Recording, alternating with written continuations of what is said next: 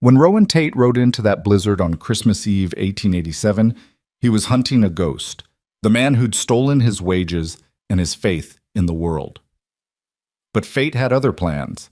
Stranded at Eden Whitlock's boarding house, the hardened cowboy found something more dangerous than any outlaw, a woman whose kindness could break through walls he'd spent years building. This is a story of second chances where revenge meets redemption and a snowstorm changes everything. Stay with us until the end and comment what city you're watching from. I want to see how far this story travels across the world. The wind howled like a wounded animal across the Wyoming plains, driving snow so thick that Rowan Tate could barely see his horse's ears. Ice crystals stung his face like thrown glass, and his fingers had gone numb inside his leather gloves 2 miles back. The temperature had dropped so fast that his breath froze in his mustache, creating tiny icicles that clicked against his collar with every movement. Christmas Eve, 1887. Of all the damn times to get caught in a blizzard. Rowan pulled his hat lower and squinted through the white chaos, searching for any sign of shelter. He'd been riding for 3 days straight, following a lead that had brought him from Colorado into this godforsaken territory. Jack Cordell. The name tasted like poison in his mouth. After 5 years, the bastard had finally surfaced, and Rowan had every intention of making him answer for what he'd done. But first, he had to survive the night. The trail boss had robbed Rowan and 15 other cowboys of 6 months' wages back in '82, disappearing into the night with over $3,000 that didn't belong to him. Money that represented blistered hands, broken ribs from ornery steers, weeks away from any town or comfort. For Rowan, it had been everything he'd saved to buy his own piece of land, to finally stop drifting and put down roots. Cordell had stolen more than money. He'd stolen futures. Through the screaming wind, Rowan caught a flicker of light. His heart jumped. He urged his horse forward, the gelding's hooves crunching through snow that was already knee-deep and rising. The light grew stronger, golden and warm, impossibly inviting against the murderous white landscape. A building materialized from the storm like a mirage. 2 stories, painted white with green shutters, a wide porch already buried under drifts. More lights appeared in the windows, lanterns, he realized, and many of them. A painted sign swung violently in the wind, and Rowan could just make out the words. Whitlock Boarding House, clean rooms, home cooking, respectable. He'd take respectable. Hell, at this point, he'd take a barn. Rowan dismounted, his legs nearly buckling after hours in the saddle. He led his horse around the side of the house, grateful to find a small stable with 3 other horses already inside. At least he wouldn't be turning the animal out into this death trap. He worked quickly, his frozen fingers clumsy with the saddle and bridle, making sure the gelding had hay and water before he shouldered his saddlebags and rifle. The walk to the front porch felt like miles. Snow had drifted against the steps, and Rowan had to kick through it to reach the door. Before he could knock, it swung open, and warmth rushed out to meet him like an embrace. Dear Lord, get inside before you freeze solid.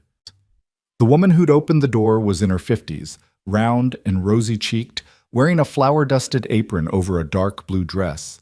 She grabbed his arm with surprising strength and pulled him across the threshold, shutting the door firmly behind him. I saw you from the kitchen window, she said, already helping him out of his snow-caked coat. Thought you were a ghost at first, riding through weather like this. You must be half frozen. Martha Whitlock, proprietor. Welcome to my establishment. Rowan Tate, ma'am. I'm grateful for the shelter. I can pay— We'll discuss payment after you thaw, Martha interrupted, hanging his coat on a rack that already held several others. $2 a night includes meals. 3 if you want a bath drawn. Right now you need to get warm before hypothermia sets in. How long were you out there? Few hours in the worst of it. Lord have mercy. She shook her head, then called toward the back of the house. Eden, bring coffee and blankets to the front room. We've got another half-frozen traveler. The boarding house's interior was a revelation after the howling wilderness outside. Dark wood floors gleamed with polish. Floral wallpaper and soft greens and creams covered the walls. A magnificent staircase curved up to the second floor, its banister wrapped in fresh pine garland tied with red ribbon. The scent of cinnamon, cloves, and baking bread filled the air, so rich and welcoming that Rowan felt something crack in his chest, a longing he'd buried years ago. "This way," Martha said, guiding him toward a doorway. "We've got a fire going in the sitting room." Rowan followed her into a spacious room that looked like Christmas had exploded inside it. A massive pine tree stood in the corner, decorated with strung popcorn, paper chains, and what must have been 100 candles, unlit now, but waiting. Garland draped every surface. A fire roared in a stone fireplace big enough to stand in. Several comfortable chairs and a sofa faced the hearth, and Rowan could see two other people, an elderly man and a middle-aged woman, looking up from their books. "Afternoon," the man said with a nod. "Hell of a day to be traveling." "Wasn't planning on the storm," Rowan replied, his voice rough from cold. "Nobody ever is." The man smiled. "Howard Green. This is my sister, Dorothy. We've been here 3 days ourselves, waiting for the weather to break." "Coffee's coming," Martha announced. "Take that chair nearest the fire, Mr. Tate. Get your blood moving again." Rowan settled into the indicated chair, so close to the flames that he could feel his frostbitten cheeks beginning to burn with the return of circulation. He pulled off his gloves, flexing fingers that looked worryingly pale. Footsteps approached from the hallway, and then a voice, younger than Martha's, but with the same warmth, said, "Coffee, hot as I could make it, and, oh." Rowan looked up. The woman standing in the doorway was perhaps 25, with dark auburn hair pinned up in a practical style that couldn't quite contain its natural wave.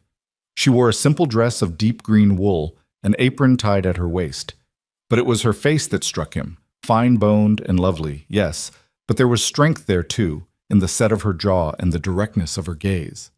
Her eyes were an unusual shade, somewhere between green and gold, and they fixed on him with unconcealed concern. "You're ice white," she said bluntly, setting down her tray and crossing to him. "Mother, look at his hands." "I was just about to," Martha said. "Mr. Tate, this is my daughter, Eden. She's got more medical sense than anyone in 30 miles. "I'm fine," Rowan started to protest, but Eden was already kneeling beside his chair, taking his hands in hers. Her fingers were warm and gentle, turning his hands palm up, examining them with practiced efficiency. "Frostbite on 3 fingers," she announced. "Not severe, but you'll need to warm them gradually. Don't put them directly by the fire. That'll make it worse." She looked up at him, and Rowan found himself caught in that gold-green gaze. "This is going to hurt when the feeling comes back. Can you handle that?" "Yes, ma'am." The corner of her mouth quirked up. "I'm not a ma'am. I'm Eden." She released his hands and stood, moving to pour coffee from the pot on the tray. "Drink this slowly. Too hot. Too fast will make you sick." Rowan accepted the cup, wrapping his hands around it carefully. The warmth seeping through the ceramic was almost painful, but he didn't care.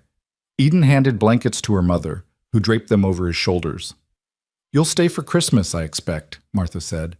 "No one's going anywhere in this weather. We've got 1 room left upstairs, end of the hall. Bath is down the corridor. I'll have Eden heat water once you've warmed up proper." "I appreciate it, Mrs. Whitlock." Rowan sipped the coffee, and it was so good, rich and strong, with real cream and sugar, that he had to suppress a groan of pleasure. "Call me Martha, dear. We're informal here, especially around the holidays." She settled into a chair across from him. "Where were you heading when the storm caught you?" Rowan hesitated. He'd learned long ago to be careful with the truth. "North, following a business matter." Eden, who was arranging another log on the fire, glanced back at him. Something in her expression suggested she recognized evasion when she heard it, but she didn't press. "Well, your business will have to wait," Martha said cheerfully. "Weather like this could last days, but we'll keep you comfortable. Christmas Eve supper is at 6, roast chicken, potatoes, all the fixings. Tomorrow's the real feast, of course. Turkey, ham, pies." "Mother loves Christmas," Eden said, her voice touched with affection and perhaps a hint of exasperation. "She starts planning in October." "Only proper way to do it," Martha defended. "The Lord's birthday deserves celebration. Speaking of which, Mr. Tate, I hope you don't mind, but we have traditions here. Carol singing after supper, Bible reading, that sort of thing. Nothing required, of course, but you're welcome to join." Rowan shifted uncomfortably. He hadn't celebrated Christmas, really celebrated it, since he was a boy, before his parents died, before the world taught him that hoping for good things was a fool's errand. "I'll be respectful of your traditions, ma'am. Martha." That's all anyone can ask. Martha stood, brushing off her apron. "Eden, show Mr. Tate to his room once he's warmed through. I need to check on my pies." After Martha bustled out, silence settled over the sitting room, broken only by the crackling fire and the wind howling outside. Howard and Dorothy had returned to their books. Eden remained by the hearth, using a poker to adjust the burning logs. "Been on the trail long?" she asked quietly, not looking at him. "Long enough." "And this business you're following? It's important?" Rowan studied her profile, backlit by firelight. "Yes. Important enough to risk your life riding into a blizzard on Christmas Eve?" He didn't answer immediately. When he did, his voice came out harder than he intended. "Some things need settling, regardless of the calendar." Eden turned then, meeting his eyes. "Sounds like vengeance talking." The word hit him like a fist. Rowan set down his coffee cup with more force than necessary. "Sounds like you're making assumptions about a stranger." "Am I wrong?" They stared at each other across the firelit room. Rowan could feel Howard and Dorothy pretending very hard not to listen. He should have been angry at Eden's presumption, her directness, the way she seemed to see right through the walls he'd built. But underneath the anger was something else. Surprise that anyone would bother to look that closely, to care enough to question. "No," he admitted finally. "You're not wrong." Eden's expression softened slightly. "Whatever it is, it'll still be there after Christmas, after the storm. Sometimes waiting makes us wiser. And sometimes waiting means letting guilty men go free." "I didn't say forget. I said wait." She picked up the coffee pot and refilled his cup without asking. "Give yourself one Christmas before you chase your ghosts. What's 3 days?" Everything, Rowan thought. 3 days was enough time for Cordell to disappear again, to slip away like smoke. 3 days was too long. But looking at Eden, at the stubborn set of her shoulders and the challenge in her eyes, he found himself saying, 3 days. She smiled then, and it transformed her face from merely pretty to something that made Rowan's breath catch. "Good. Now, can you feel your fingers yet?" He flexed them experimentally and immediately regretted it as pins and needles shot through his hands. "Unfortunately, yes. Means they're healing. Come on, I'll show you to your room. You can rest before supper." Rowan followed Eden up the staircase, his saddlebags over one shoulder, rifle in hand. The second-floor hallway was narrower than the downstairs, but just as welcoming, with more garland and several watercolor paintings of Wyoming landscapes on the walls.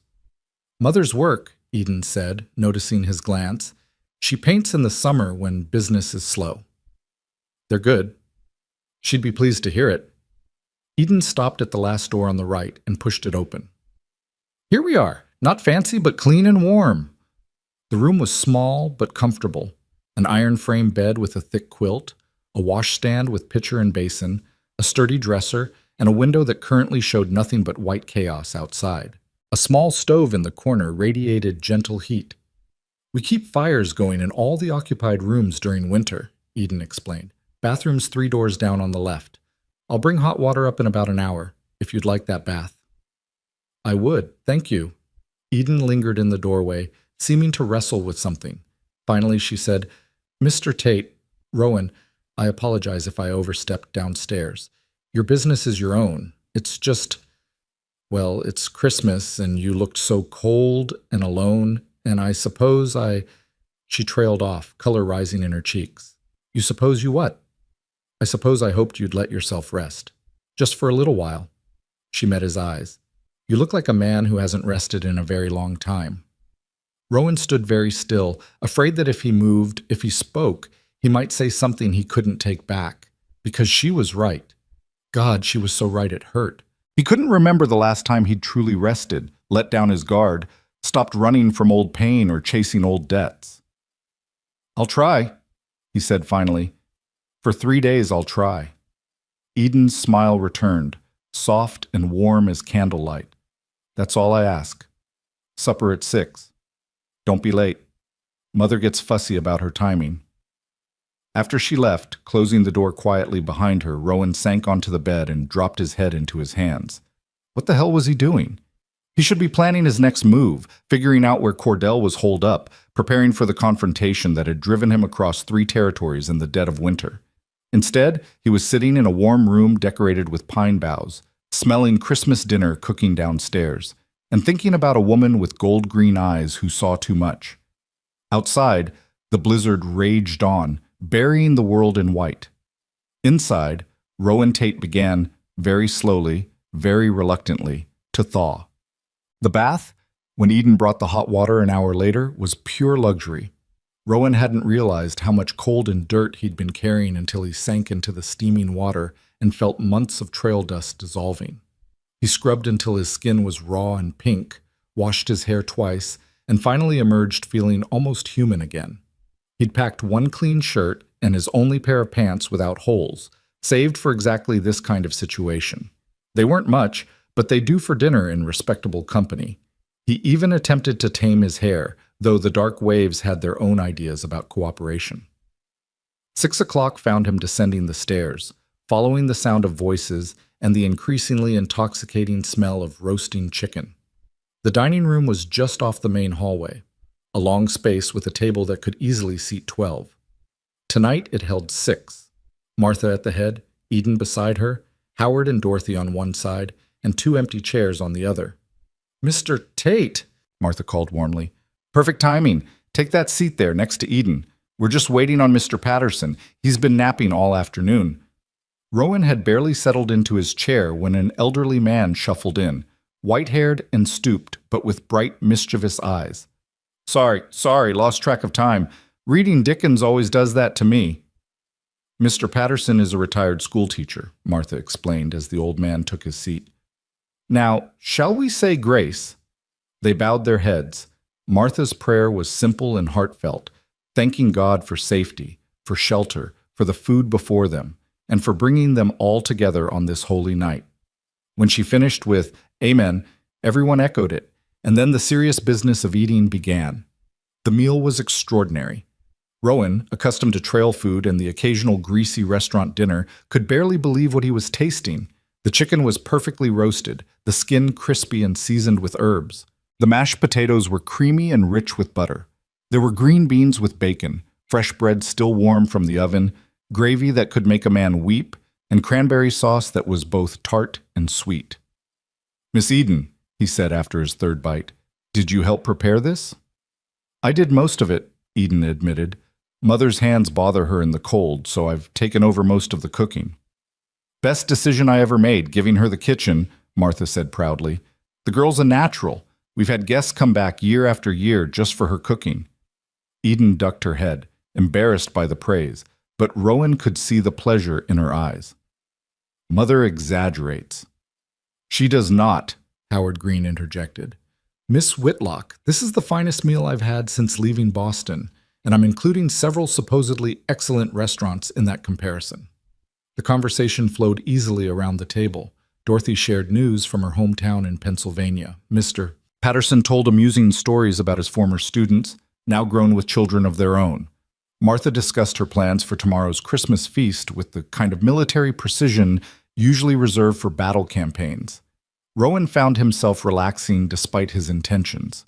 These people were kind, genuine, unguarded in a way he'd almost forgotten existed. No one was trying to cheat anyone. No one was watching their backs. They were simply enjoying a meal together on Christmas Eve.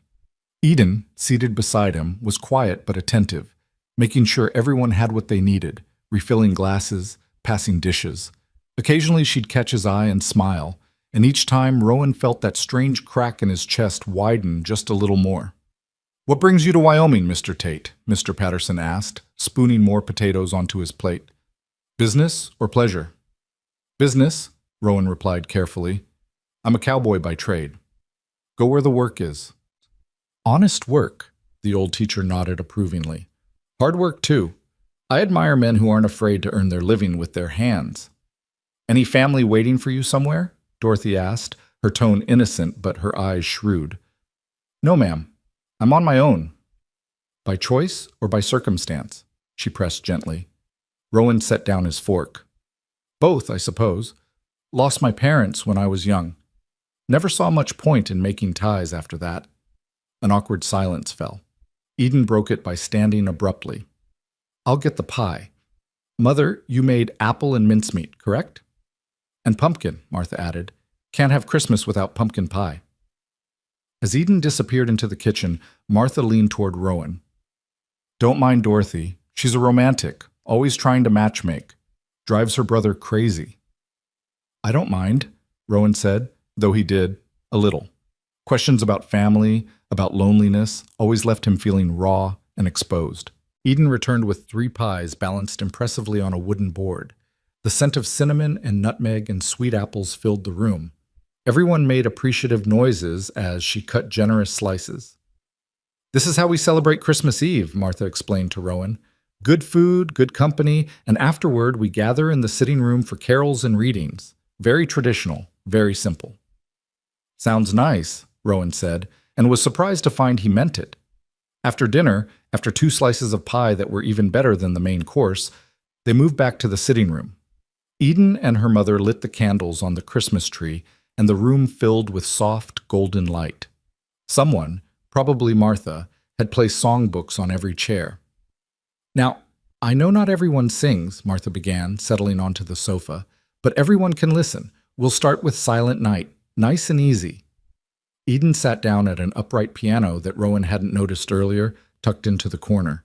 Her fingers found the keys, and soft, sweet notes filled the room. When she began to sing, her voice clear and true, Rowan felt something inside him break completely. Silent night, holy night. All is calm, all is bright. The others joined in, some more enthusiastically than skillfully. Rowan didn't sing, he couldn't remember the last time he'd sung anything, but he listened. He watched Eden's profile as she played, the way candlelight caught in her auburn hair, the small smile on her lips as she led them through the familiar verses. They sang 5 more carols. Hark the herald angels sing, O come all ye faithful, the first Noel, joy to the world, and O holy night. For that last one, Eden sang a verse solo, and the beauty of it, the pure, unaffected emotion in her voice, made Rowan's throat tight. When had he become so soft? When had he started caring about things like Christmas carols and candlelight? After the singing, Mr. Patterson read the nativity story from the Gospel of Luke, his schoolteacher's voice giving weight and dignity to the ancient words. Then Martha served hot cider with cinnamon sticks, and they sat around the fire, talking quietly while the storm continued its assault outside. Around 10 o'clock, people began drifting off to bed. Howard and Dorothy went first, followed by Mr. Patterson. Martha announced she had morning preparations to attend to and bid everyone good night, leaving Rowan and Eden alone in the sitting room. Eden rose to extinguish the candles on the tree. Long day, she said softly. You must be exhausted. I am, Rowan admitted. But it's a good kind of tired, different from trail tired. I know what you mean. She blew out the last candle and returned to her chair. The room was dimmer now, lit only by the fireplace, creating an intimate space that felt separate from the rest of the world. Thank you for joining us tonight. I know it's probably not what you're used to. It's not? Rowan leaned forward, elbows on his knees. But I'm glad I did. Eden studied him for a long moment. Can I ask you something, and you don't have to answer if you don't want to? Go ahead. This man you're looking for, the one who made you ride into a blizzard on Christmas Eve, what did he do? Rowan had told the story before to sheriffs and fellow cowboys, always with the same flat, emotionless recitation of facts. But sitting here with Eden in this warm room that smelled of pine and cinnamon, he found himself telling it differently. His name is Jack Cordell. 5 years ago, he was trail boss on a cattle drive I signed on to. We drove 3,000 head from Texas to Montana. Brutal drive, lost men, and cattle both. 3 months of hell. When we finally reached the buyer, Cordell collected payment for all of us, told us he'd distribute wages the next morning. But he didn't, Eden said quietly. No? He disappeared in the night, took every dollar. There were 16 of us, and most had families waiting, debts to pay. I lost everything I'd saved for 2 years, everything I needed to start over, to buy land, to build something that mattered. And you've been looking for him since? Not continuously. I'd hear rumors, follow leads, but he was always gone before I could catch up. Then 3 weeks ago, I met a cowboy in Colorado who'd seen him here, in Wyoming, close enough to touch, finally. Eden was silent for a moment, her face thoughtful in the firelight. And when you find him, what then? I get back what he stole. By law, if possible. By force, if necessary. By force? She repeated it flatly. You mean you'll hurt him? I mean, I'll do what needs doing. And if you kill him? Eden's voice was very soft, but there was steel underneath. If you take his life over money, because that's what it is, Rowan, money, what will you have gained? Your savings back and a rope around your neck? It's not just about money, Rowan shot back, anger rising. It's about justice, about men who think they can steal from those weaker than them and face no consequences. I understand that. Eden leaned forward, matching his intensity. I do. But revenge isn't justice, and you know it. Justice is slow and flawed, but it's the only thing that doesn't destroy the person seeking it. Rowan stood abruptly, unable to sit still under her penetrating gaze. He paced to the window, looking out at the storm. Snow had drifted against the glass, blocking most of the view. You don't know what it's like to work yourself half to death for something, to finally have it in your grasp, and then have it stolen by someone who doesn't care, who'll never care, who'll do it again to someone else. You're right. Eden's voice came from directly behind him. He hadn't heard her approach. I don't know exactly what that's like, but I know loss, Rowan. I know what it does to people, how it can hollow them out, make them hard and cold and alone. He turned. She was so close he could see gold flecks in her eyes, could smell lavender and something sweet, vanilla, maybe. Who did you lose? My father, 4 years ago. He was the kindest man I ever knew, and he died trying to help a stranger whose wagon had broken down on the road. The team spooked, and he was crushed trying to save the man's children. Her voice remained steady, but Rowan saw the pain flash across her face. The stranger didn't even stay for the funeral, just moved on like my father's life meant nothing. I'm sorry. So was I. So angry I couldn't see straight for months. I wanted to find that man, make him acknowledge what his carelessness had cost us. Mother was grieving, and we had this boarding house to run, and debts we'd never known existed, and I was 21 and furious at the whole world. What changed? Eden smiled sadly. Nothing changed. I just realized that hunting that stranger, making him pay, wouldn't bring my father back, wouldn't make Mother's grief easier, wouldn't save the boarding house. The only thing I could do was keep living, keep working, keep choosing to be kind even when the world wasn't kind to us. That's different, Rowan protested. It was an accident. Cordell knew exactly what he was doing. Maybe. But Rowan, if you catch him, if you hurt him or kill him, will it give you back those 2 years? Will it heal whatever broke inside you when he stole from you, or will it just add more weight to carry? Rowan wanted to argue, to defend his purpose, to explain that she didn't understand.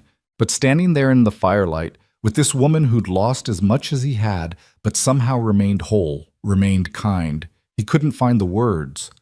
I need to make it right, he said finally. I need him to face what he did. Then turn him in, find a lawman, file charges, testify in court. Let justice be justice, not revenge dressed up in noble words. She reached out, touched his arm lightly. Stay here for Christmas. 3 days won't matter in the grand scheme of things, but they might matter to you. Let yourself rest. Let yourself feel something other than anger. Then decide what kind of man you want to be when you find Cordell. Her hand was still on his arm, warm through his shirt sleeve. Rowan looked down at it, then back at her face. Why do you care what happens to me? You don't even know me. I don't know, Eden admitted. Maybe because you remind me of how I felt after Father died, so determined to make the pain mean something that you forget life can still be good. Or maybe because it's Christmas, and I'm foolish enough to believe everyone deserves a chance to come home, even if they don't know they're looking for one. Something in Rowan's chest twisted painfully. Home. When had he last thought of anywhere as home? He'd had rooms, campsites, bunkhouses, but nothing that felt like the word Eden spoke with such quiet conviction. "I don't know how to do what you're asking," he said honestly. "I don't know how to just let go." "You don't have to let go. Just set it down for a few days.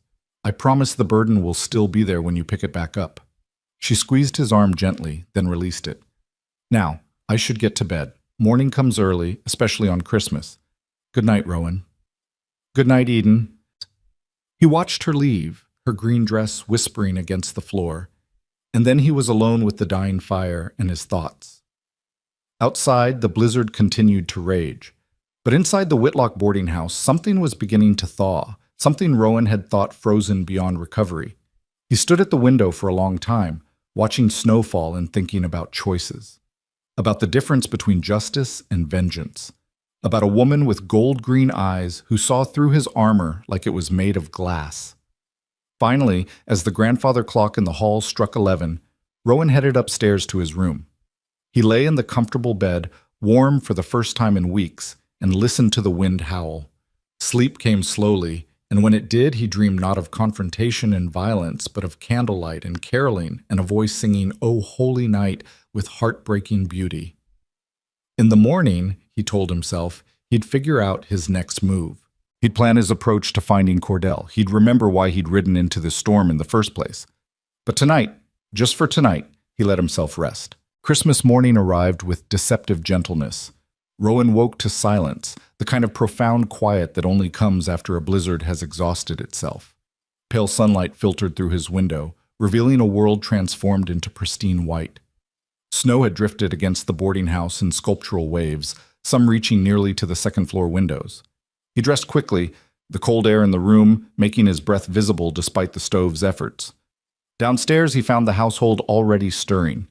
The scent of coffee and baking bread drew him toward the kitchen, where he discovered Eden pulling a pan of cinnamon rolls from the oven, her face flushed from the heat. "Merry Christmas," she said, looking up with a smile that did dangerous things to his resolve. "Sleep well?"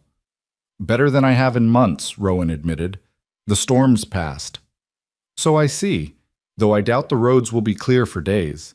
She set the pan on a cooling rack and wiped her hands on her apron. "Coffee's on the stove. Help yourself." Rowan poured a cup and leaned against the counter, watching her work.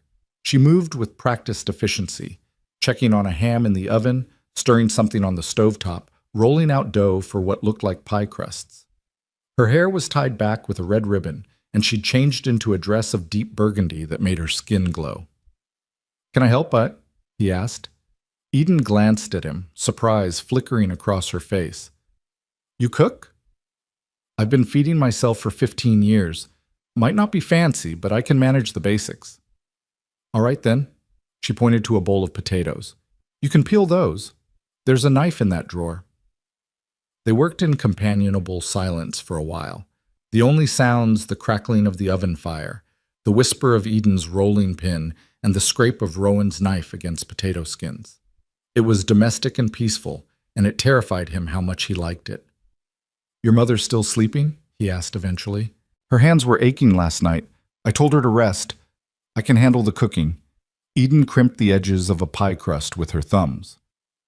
"She'll be down for the gift exchange, though. She loves that part." "Gift exchange?" "It's tradition. Everyone brings something small to share. Don't worry, we don't expect anything from you. You weren't planning to be here." But Rowan found himself wishing he had something to offer, some way to participate in this tradition that clearly meant so much to them. He thought of what he had in his saddlebags, nothing appropriate, nothing worth giving. The realization sat heavy in his chest. Martha appeared around 8, moving carefully, her hands wrapped in cloth to ease the inflammation. She was followed shortly by the other guests, all dressed in their best clothes, exclaiming over the fresh snow and the beautiful morning. Mr. Patterson had a red bow tie that clashed wonderfully with his white hair. Dorothy wore a cameo brooch. Howard had polished his shoes to a high shine. Breakfast was those magnificent cinnamon rolls, along with scrambled eggs, bacon, and fresh cream for the coffee.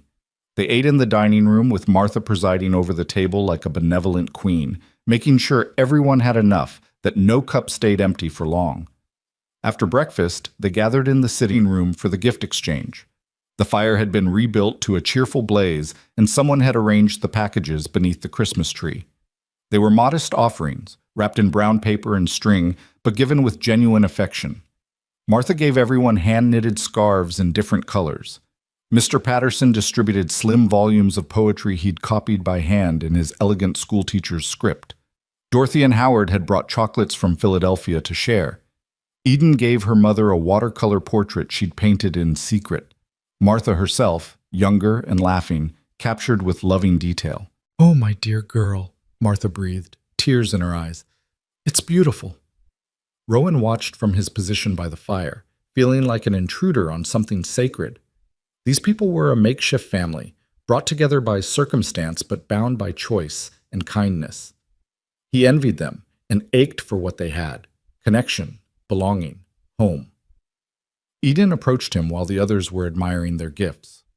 "Walk with me?" she asked quietly. "Outside?" "The porch, at least. I need some air after all that kitchen heat." They bundled into coats and stepped out onto the front porch. The cold was sharp and clean, and the snow blazed white under the climbing sun. The world looked newborn, untouched, full of possibility. "It's too much sometimes," Eden said, leaning against the porch railing. "All that warmth and togetherness. I love it, but it can be overwhelming. Your mother's created something special here. We've created it together. After Father died, the boarding house was all we had. We could have just made it about money, about survival, but Mother insisted it be more, a place where people could feel safe, welcome. She said Father would have wanted that." Eden turned to look at him. "What about your parents? What were they like?" Rowan was quiet for a long moment, memories surfacing that he'd kept buried for years. "My mother sang all the time. In the kitchen, hanging laundry, putting me to bed. Irish songs mostly. My father was a carpenter, made beautiful things. Tables, chairs, cradles. He could look at a piece of wood and see what it wanted to become." "They sound lovely." "They were. They died of fever when I was 12, within days of each other. I went to live with an uncle who saw me as free labor, left when I was 15, never looked back." "That's when you started working as a cowboy?" "Started as a ranch hand, mucking stalls and mending fences. Worked my way up.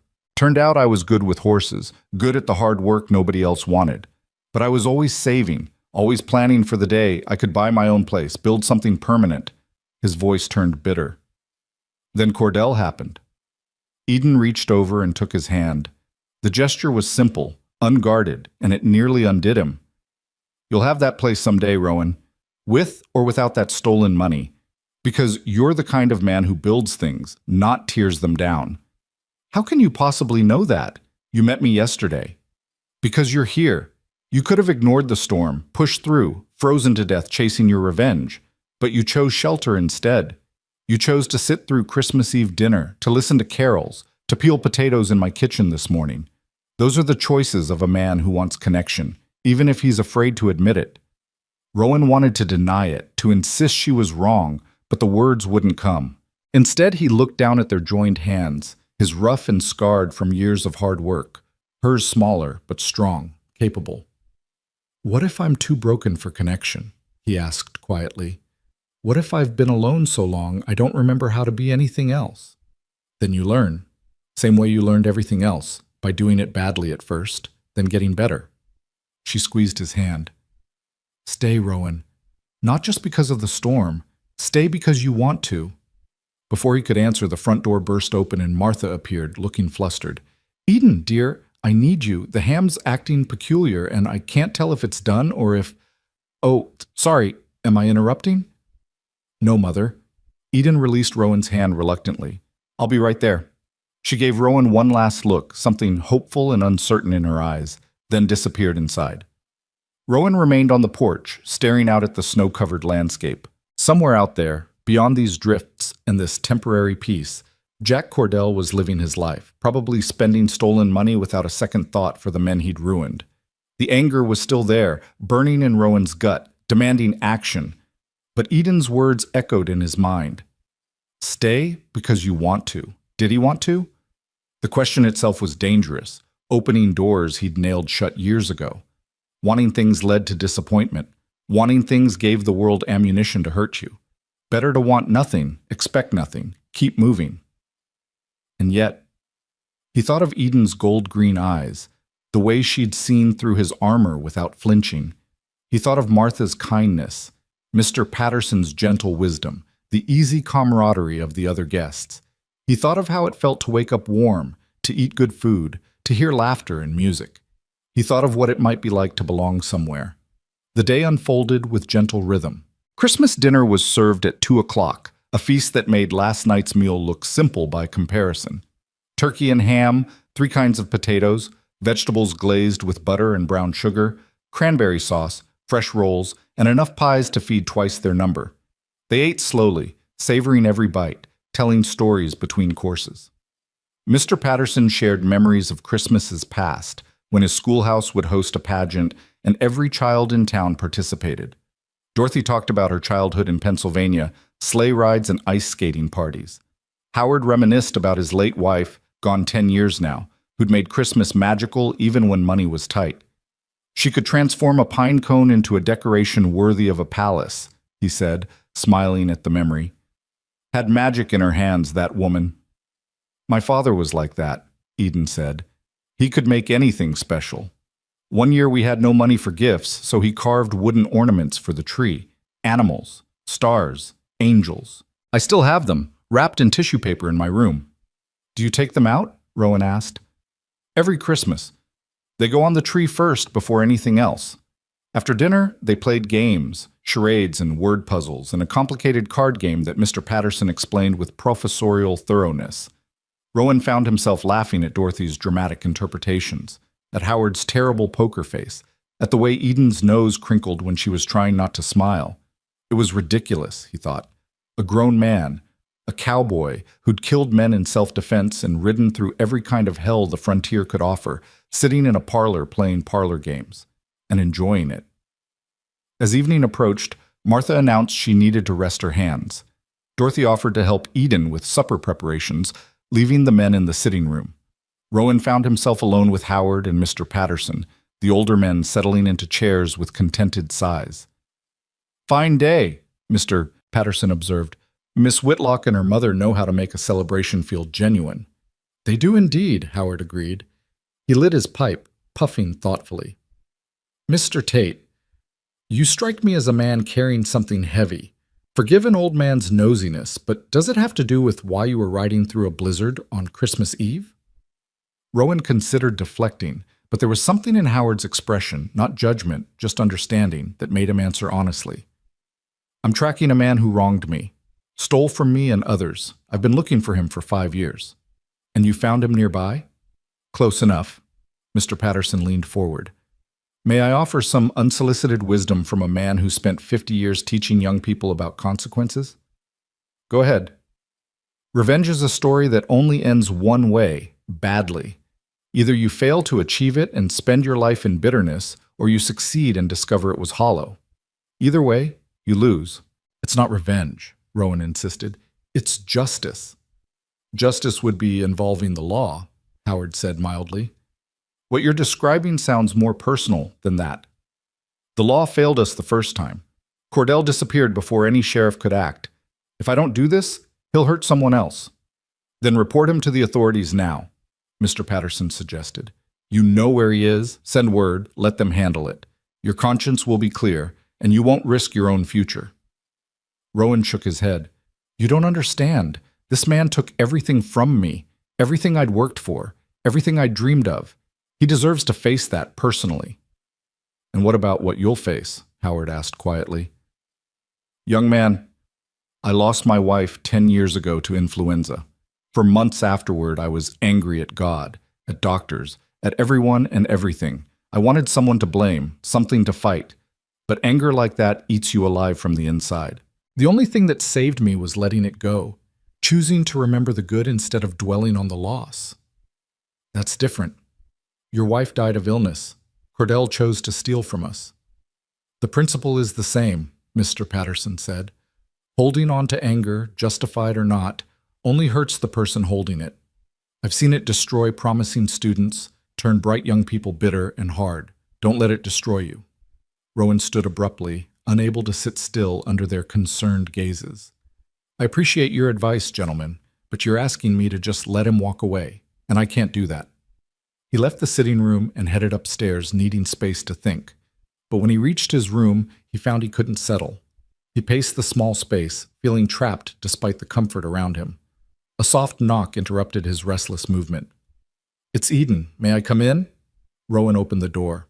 She stood in the hallway, still in her burgundy dress, carrying a small package wrapped in brown paper. "I made something for you," she said without preamble.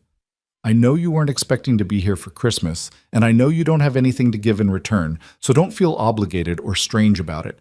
I wanted you to have something." She held out the package. Rowan took it, touched by the gesture even as it made him uncomfortable. "Eden, you didn't have to open it." He unwrapped the paper carefully, revealing a scarf knitted in shades of blue and gray, the colors of a winter sky. The work was beautiful, even stitches, soft wool. It must have taken hours. "I started it a few days ago," Eden admitted. "I was making extras to sell, but when you arrived yesterday, something told me to give this one to you. The colors match your eyes." Rowan ran his fingers over the scarf, overwhelmed by the simple kindness of the gift. No one had made him something, anything, in more years than he could count. "Thank you. It's beautiful. Try it on." He wrapped the scarf around his neck. It was warm and soft, and when he looked at Eden, he saw something in her expression that made his breath catch. Affection, hope, and a vulnerability that matched his own. "It suits you," she said softly. "Rowan, I heard what Howard and Mr. Patterson were saying downstairs. They're right, you know, about revenge, about what it does to people. Not you too. Especially me too." She stepped into the room uninvited and closed the door partway. "Because I care what happens to you. Because watching you torture yourself over this man is painful. Because I think you deserve better than spending your life chasing ghosts. You barely know me." "I know enough." She moved closer, looking up at him with those gold-green eyes that saw too much. "I know you're kind. You helped me in the kitchen without being asked. I know you're thoughtful. You listened to every story today. Really listened. I know you're hurting, and you think that hurt defines you. But it doesn't, Rowan. You're more than what happened to you. And what if I'm not? What if getting that money back, making Cordell pay, is the only thing I have? Then you're choosing to live as a victim instead of a survivor. Victims are powerless. Survivors build new lives." She reached up and touched his face, her hand cool against his cheek. "Build something, Rowan. With me, if you want. Or somewhere else. But build instead of destroy." He caught her hand, held it against his face, torn between wanting to believe her and knowing better. "What are you asking me?" "I'm asking you to stay. Not just through the storm, but after. Stay in Wyoming. Find land. Build that place you've been dreaming of. Let me help you. Eden, I'm not asking you to love me. Not yet. But I'm asking you to give us, a chance. Because I think you feel it too, this connection. I think you want to stay, and your pride and your anger won't let you admit it." Rowan closed his eyes, her hand still pressed to his cheek. Everything in him screamed danger. This was how you got hurt. This was how the world found your weak spots and exploited them.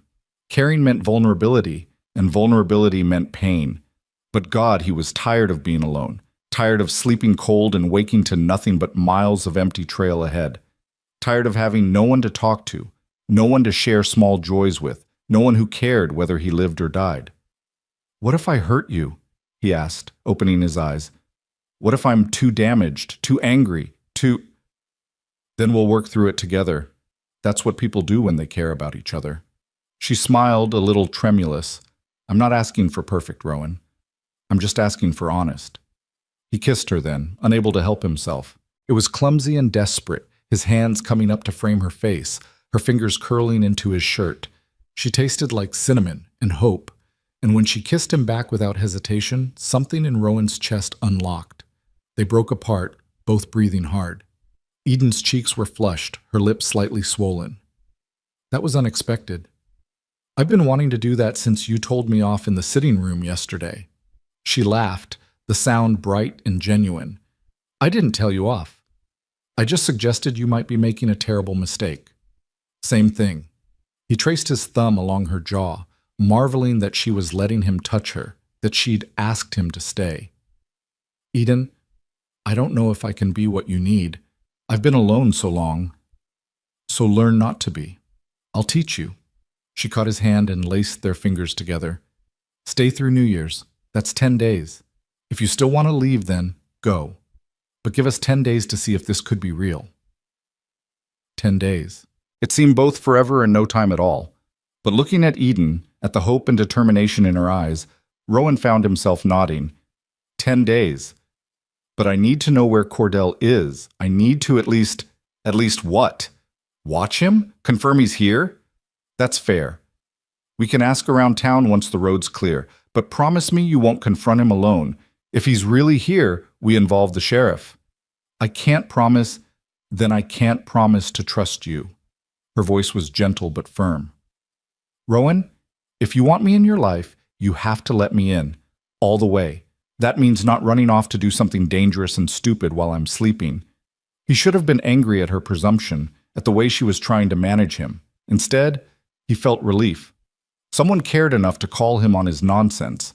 Someone wanted him to stick around. All right, he said finally. We do this together.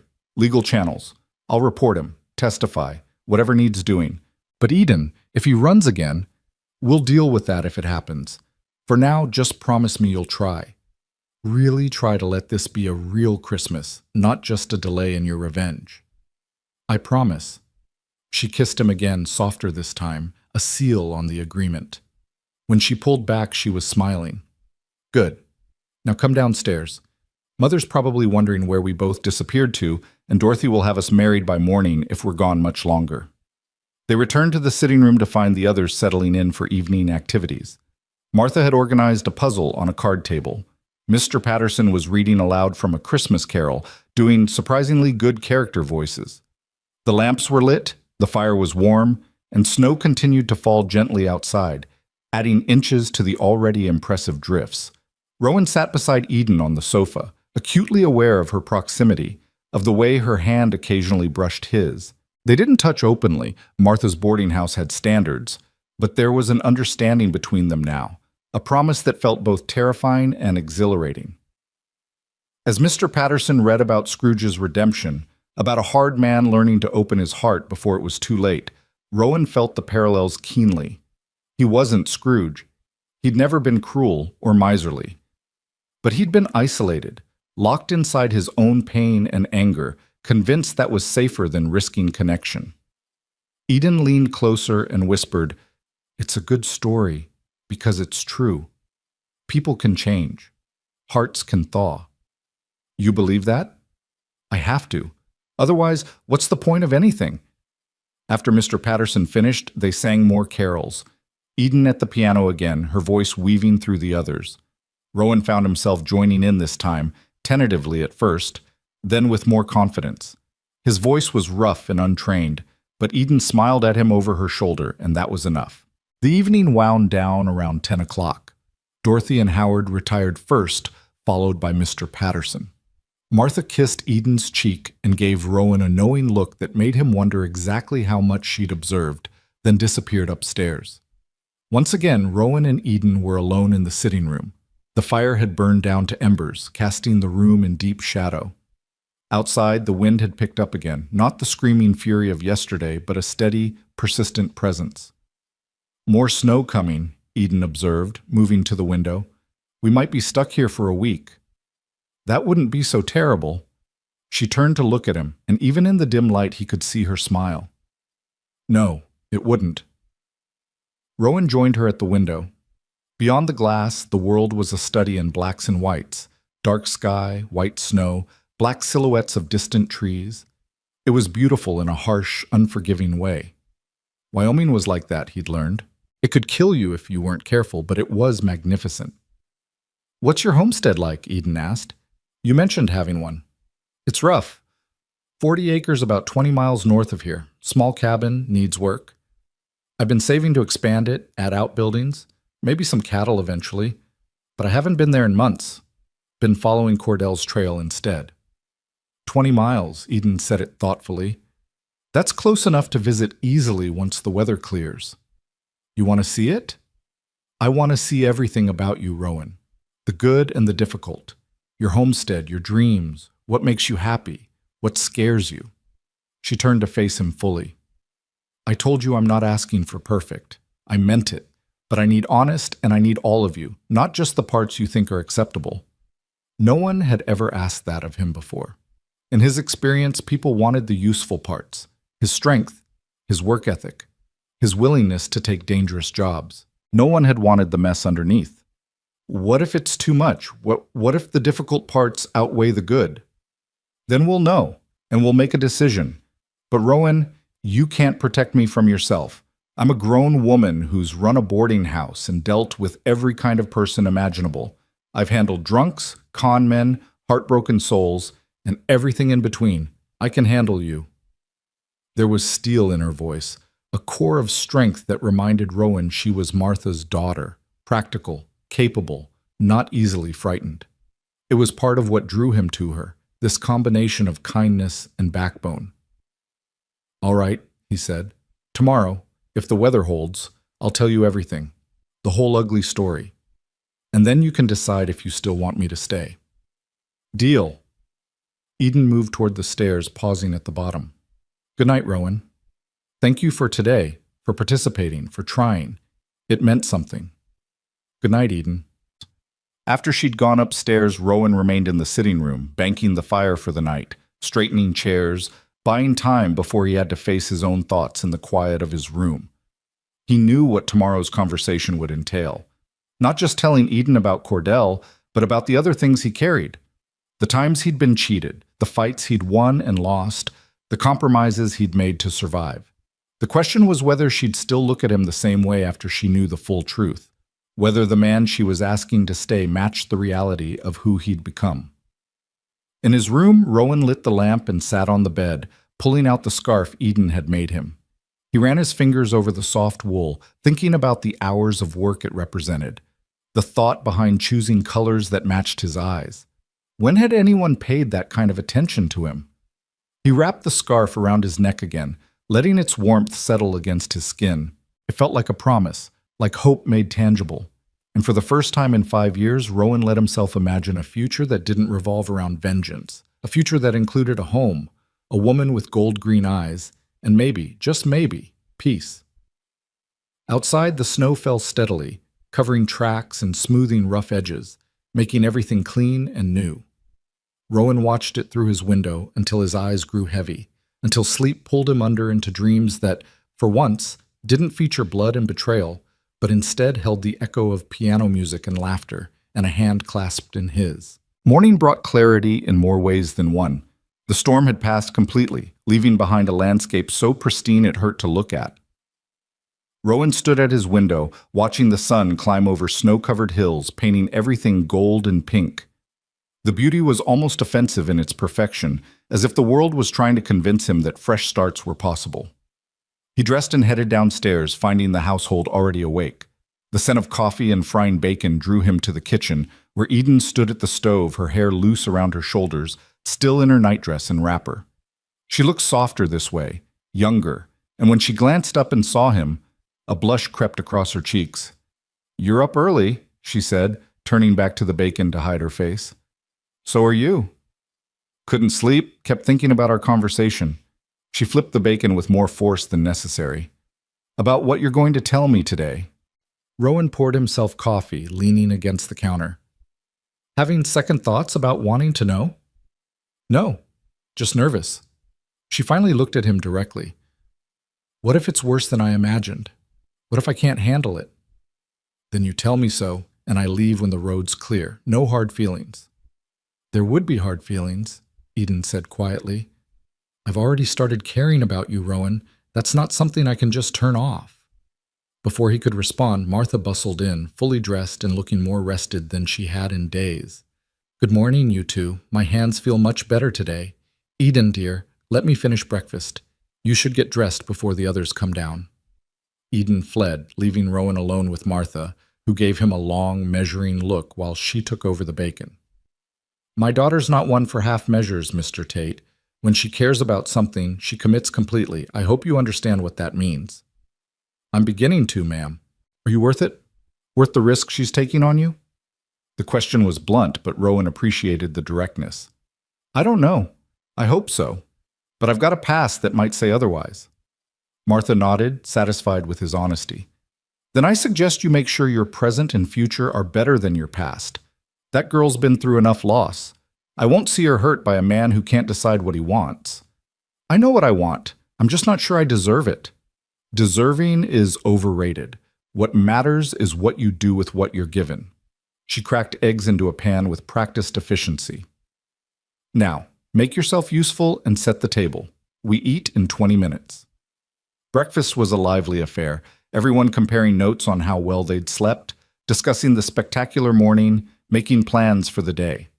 Mr. Patterson wanted to attempt a walk, though the snow was knee-deep in places.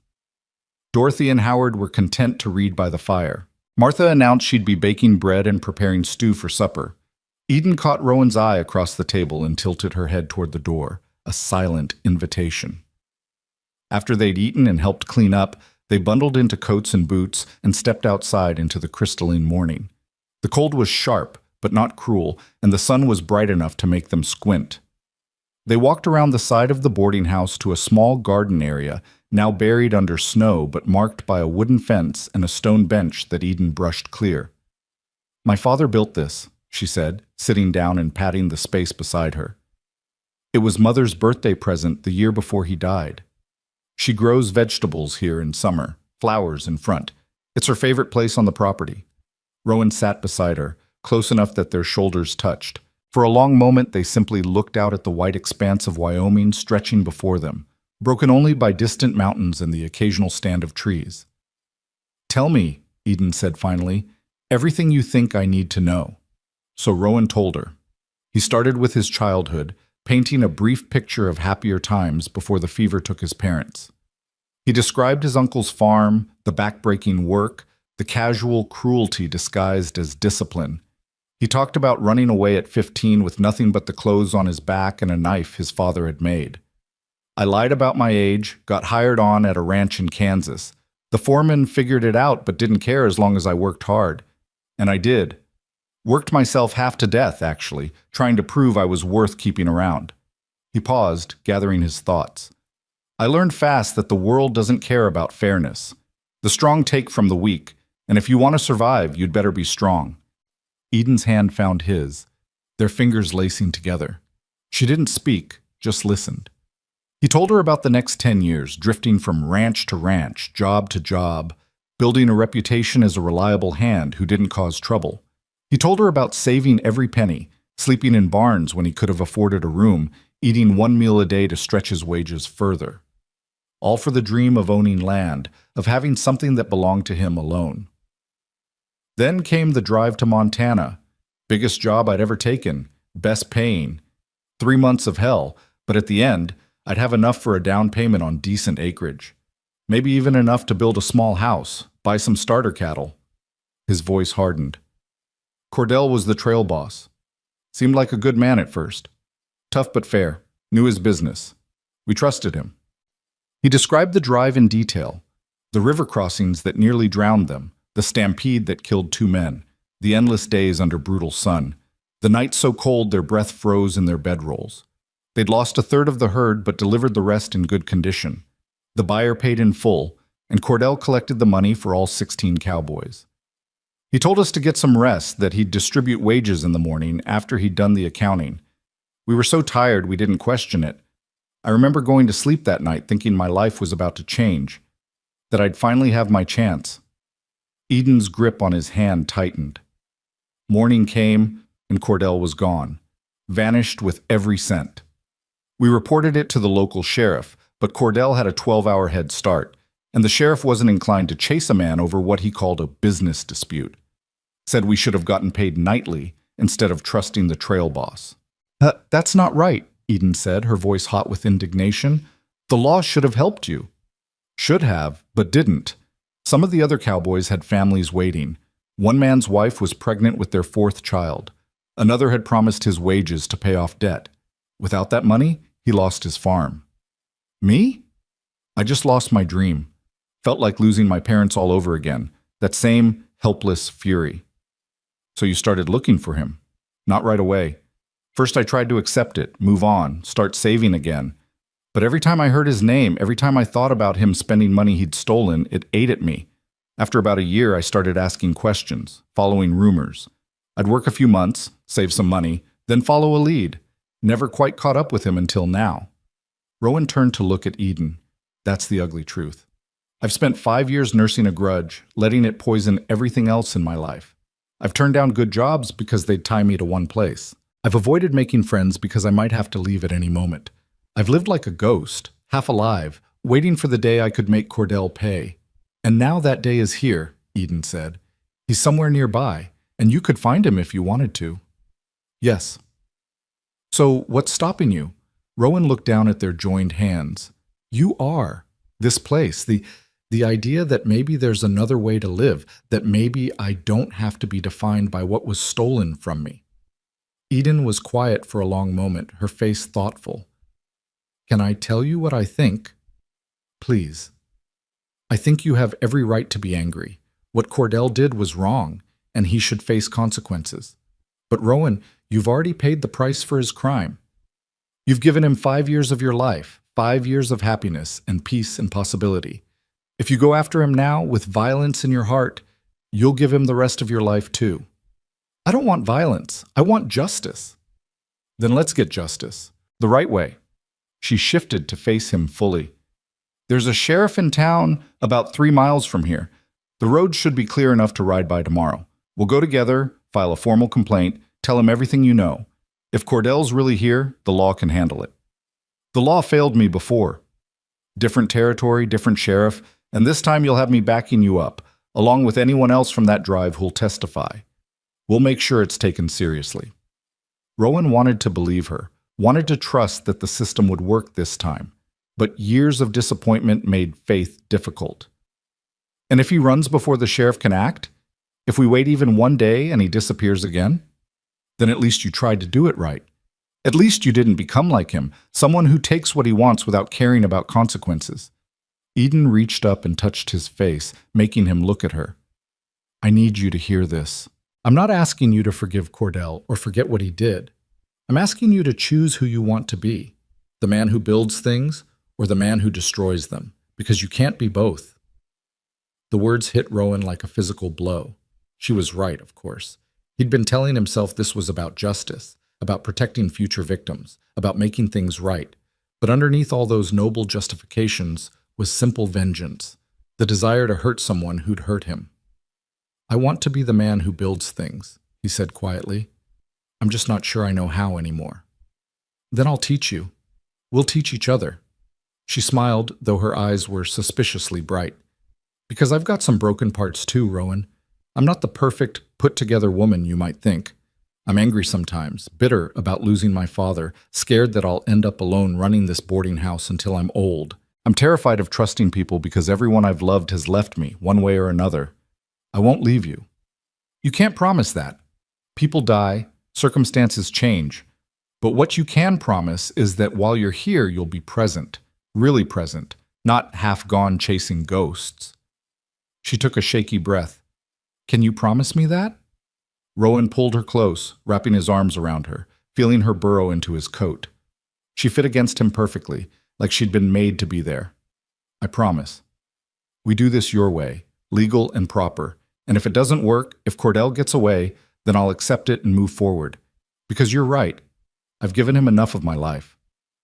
They sat there for a long time, holding each other in the cold morning sunshine, while the world sparkled around them like hope made visible.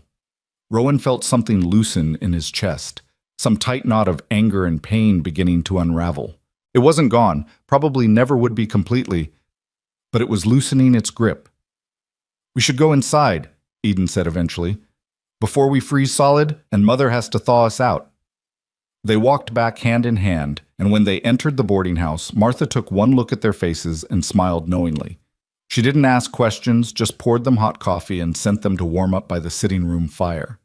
The rest of the day passed in peaceful domesticity. Rowan helped Mr. Patterson clear a path from the front porch to the stable. Dorothy and Howard organized a reading circle, taking turns reading chapters from various books. Eden and Martha worked in the kitchen, their voices and laughter drifting through the house. Around 3 o'clock, a sound penetrated the quiet. Hoofbeats and the jingle of harness.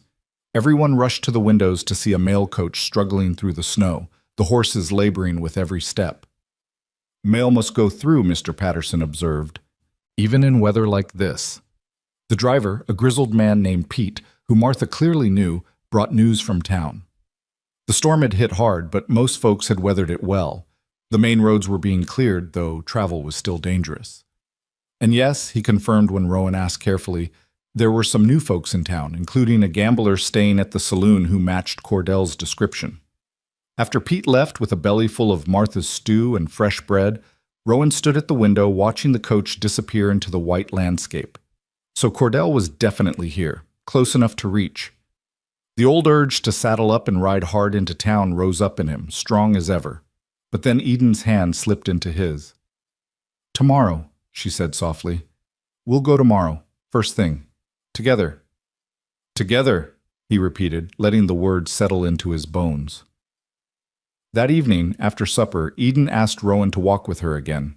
This time they went to the stable, ostensibly to check on the horses, but really for privacy. The space was warm despite the cold outside, the animals' body heat keeping the temperature bearable. "I have something to tell you," Eden said, leaning against a stall door. "Something I should have mentioned earlier, but I was scared." Rowan felt his stomach tighten. "What is it?" "After my father died, a man came courting. Banker's son from town, nice enough, had good prospects. Mother encouraged it. She was worried about our financial situation, thought a good marriage would solve everything." Eden picked at a piece of straw, not meeting his eyes. "I almost said yes. Almost convinced myself that practical was enough, that I didn't need love or passion or any of that romantic nonsense. What changed your mind?" "I realized I'd rather be alone than settle. That my father would have wanted me to hold out for something real, something that made my heart race and my hands shake and my whole world feel bigger." She finally looked up at him. "I haven't felt that way about anyone until you walked through our door 2 days ago, half frozen and completely lost. And I know it's fast, I know it seems crazy, but I can't pretend I don't feel it." Rowan crossed to her, framing her face with his hands. "It is fast. It is crazy. And I feel it too, like I've been walking through fog for years and suddenly everything's clear." He kissed her then, slow and deep, pouring everything he couldn't say into the connection between them. She responded with equal fervor, her arms coming around his neck, pulling him closer. They broke apart only when breathing became necessary, both flushed and slightly dazed. "I should go inside," Eden whispered, though she made no move to leave. "Mother will worry. Let her worry for 5 more minutes." Those 5 minutes stretched into 20 as they talked quietly in the dimness of the stable, sharing small stories and larger dreams. Eden wanted to expand the boarding house, maybe add a restaurant for travelers. Rowan described the homestead he envisioned, a real house with glass windows, a barn for horses and cattle, fields of wheat and hay, children's laughter filling the spaces. "That sounds perfect," Eden said. "How far is your land from here again?" 20 miles north. It's rough country, but good grazing, decent water. I've only got the 40 acres in the cabin now, but I could expand eventually." "Could you expand to include a wife?" The question was bold, her voice trembling slightly. "Hypothetically speaking." Rowan's heart kicked against his ribs. "Are you proposing to me, Miss Whitlock?" "I'm asking if you can see a future, with me in it, because I can see one, clear as day, and I need to know if I'm alone in that." "You're not alone." He pulled her close again, resting his chin on top of her head. "I can see it too. I'm terrified of it, but I can see it." They finally headed back inside as full dark fell, entering through the kitchen door to find Martha rolling out dough for tomorrow's breakfast pastries. She looked up, took in their linked hands and bright eyes, and simply nodded as if confirming something she'd already known. That night, the household gathered again in the sitting room. Someone suggested charades, and soon they were all laughing at Howard's terrible pantomiming and Dorothy's overly dramatic interpretations. Rowan found himself genuinely enjoying the simple game, the easy companionship, the warmth that had nothing to do with the fire. But underneath the laughter, tension coiled in his gut. Tomorrow they'd ride into town. Tomorrow he'd face the possibility of seeing Cordell after 5 years of searching. Tomorrow would determine whether he could truly let go of the past and embrace the future Eden was offering. Around 10 o'clock, as people began drifting off to bed, Eden caught his arm. "Don't slip away tonight. Don't ride into town alone to confront him. Promise me." "How did you know I was thinking about it?" "Because I know you. You're weighing whether to protect me from whatever might happen, whether to handle this yourself so I don't have to see the ugly parts." She stepped closer, her voice fierce. "I meant what I said. We do this together or not at all." "Eden, if things go badly, then they go badly for both of us. I'm not fragile, Rowan. I won't shatter if the world gets rough, but I will shatter if you shut me out. If you decide I can't handle the truth of who you are and what you've been through." He kissed her forehead, breathing in the lavender scent of her hair. "I promise, together." After she'd gone upstairs, Rowan sat alone in the darkened sitting room, watching embers die in the fireplace. Tomorrow would be a reckoning, one way or another. Either Cordell would be brought to justice properly, or he'd slip away again. Either Rowan would prove he could choose a better path, or he'd fall back into the anger that had defined him for 5 years. He thought about Eden's question in the stable. Could he see a future with her? God, yes. He could see it so clearly it hurt, waking up beside her every morning, working the land together, building something real and lasting. Maybe children eventually, carrying on what they'd created. A home in every sense of the word. But he could also see the other path, the one where he let vengeance consume him, where he became the kind of man who solved problems with violence, where he ended up alone with nothing but his pride and his anger for company. The choice should have been easy. It wasn't. Because 5 years of focused hatred didn't disappear overnight, not even for love. The anger was still there, hot and demanding, insisting that Cordell needed to pay, that justice delayed was justice denied, that real men didn't run to the sheriff like children tattling to a teacher. Rowan stood and walked to the window, looking out at the star-filled sky. The moon was nearly full, turning the snow-covered landscape into something otherworldly, beautiful and cold and indifferent to human struggles. "Help me," he whispered to the empty room, to God or the universe or whoever might be listening. "Help me choose right." No answer came, of course. Divine guidance wasn't something Rowan had ever experienced. But standing there in the quiet boarding house, surrounded by evidence of Eden's kindness and Martha's generosity, he felt something shift inside him. Not certainty, but possibility. The belief that maybe, just maybe, he could be more than his worst moments. He climbed the stairs to his room, passing Eden's door, and hearing soft movement inside. She was awake too, probably worrying about tomorrow, about whether he'd keep his promise. He wanted to knock, to reassure her, but propriety and Martha's presence down the hall kept him moving. In his room, Rowan prepared carefully for the morning. He cleaned his gun, though he hoped not to need it. He packed his saddlebags with supplies for the ride to town.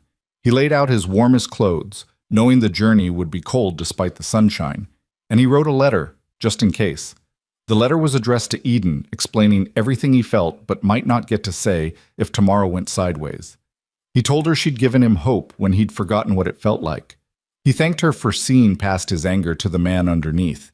He asked her to remember him kindly if the worst happened, and to know that she'd changed his life in 2 short days more than anything had in the previous 5 years. He folded the letter and put it in his breast pocket, hoping he'd get to tear it up unread.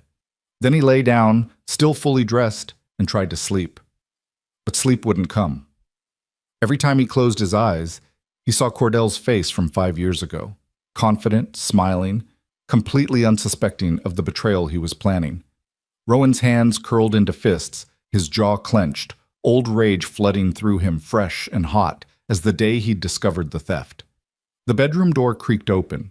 Rowan sat up, hand moving toward the gun on his nightstand, then relaxed as he recognized Eden's silhouette. "I couldn't sleep either," she whispered, closing the door behind her. "And I knew you couldn't. I could feel it." She crossed to the bed and sat beside him, taking his clenched fist in both her hands. Slowly, carefully, she pried his fingers open, smoothing out the tension, bringing circulation back to skin that had gone white with pressure. "Talk to me," she said. "Tell me what you're feeling right now, this minute." "I'm angry. So angry I can barely breathe. And I'm scared that when I see him tomorrow, I'll forget every promise I made. That I'll become exactly the kind of man you deserve better than. The fact that you're scared of that means you won't. Bad men don't worry about becoming bad men. They just are." She kept working his hand, her touch gentle and grounding. "What else?" "I'm terrified of losing you, of proving you wrong about me, of messing this up before it even starts. You won't lose me unless you lie to me or shut me out. Everything else we can work through." She leaned against his shoulder. "I'm scared too, you know. Scared that tomorrow will show me a side of you I can't love. Scared that you'll choose revenge over us. Scared that I'm a fool for falling this fast for a man I barely know." "You're not a fool." "Then neither are you." She turned his hand over, tracing the lines on his palm. "Rowan, tomorrow's going to be hard. Seeing him, staying calm, trusting the law when it failed you before. But you don't have to be perfect. You just have to try. That's all I'm asking." They sat together in the darkness for a long time, drawing strength from each other's presence. Eventually, Eden stood to leave, but Rowan caught her hand. "Stay," he said. "Just to sleep. I swear, we won't. I just need you close." She should have said no, should have worried about her reputation, about what Martha would think. Instead, she kicked off her slippers and lay down beside him on top of the covers, fully clothed, maintaining propriety while offering comfort. Rowan wrapped an arm around her, and she nestled against his chest. Her breathing gradually slowed, deepened, and he thought she'd fallen asleep until she spoke. "Whatever happens tomorrow, we face it together. And then we come back here and we start building that future. Promise me." "I promise." And this time he meant it completely, without reservation. Because holding Eden in the darkness, feeling her trust and warmth and faith in him, Rowan finally understood what was at stake. It wasn't just about justice or revenge or money stolen 5 years ago. It was about the man he'd be tomorrow, and all the tomorrows after that. It was about whether he'd let the past define him or whether he'd have the courage to choose something better. Sleep came eventually, bringing dreams of homesteads and wedding vows and a life that looked nothing like the lonely drifting he'd known for so long. And when the first light of dawn crept through the window, Rowan woke to find Eden already awake, watching him with those gold-green eyes that saw everything. "Ready?" she asked. "No, but let's go anyway." They rose and prepared separately, Eden slipping back to her own room to change while Rowan washed and dressed in his warmest clothes. Downstairs, Martha had coffee ready and pressed food into their hands for the journey. She hugged Eden tightly and gave Rowan a look that communicated volumes without words. Keep her safe, do the right thing, come back whole. The ride to town was cold but clear, their horses picking their way carefully through snow that had drifted unevenly across the trail. Eden rode well, comfortable in the saddle, keeping pace without complaint. They didn't talk much, saving their breath for the journey, but every so often their eyes would meet and something would pass between them. Reassurance, solidarity, shared determination.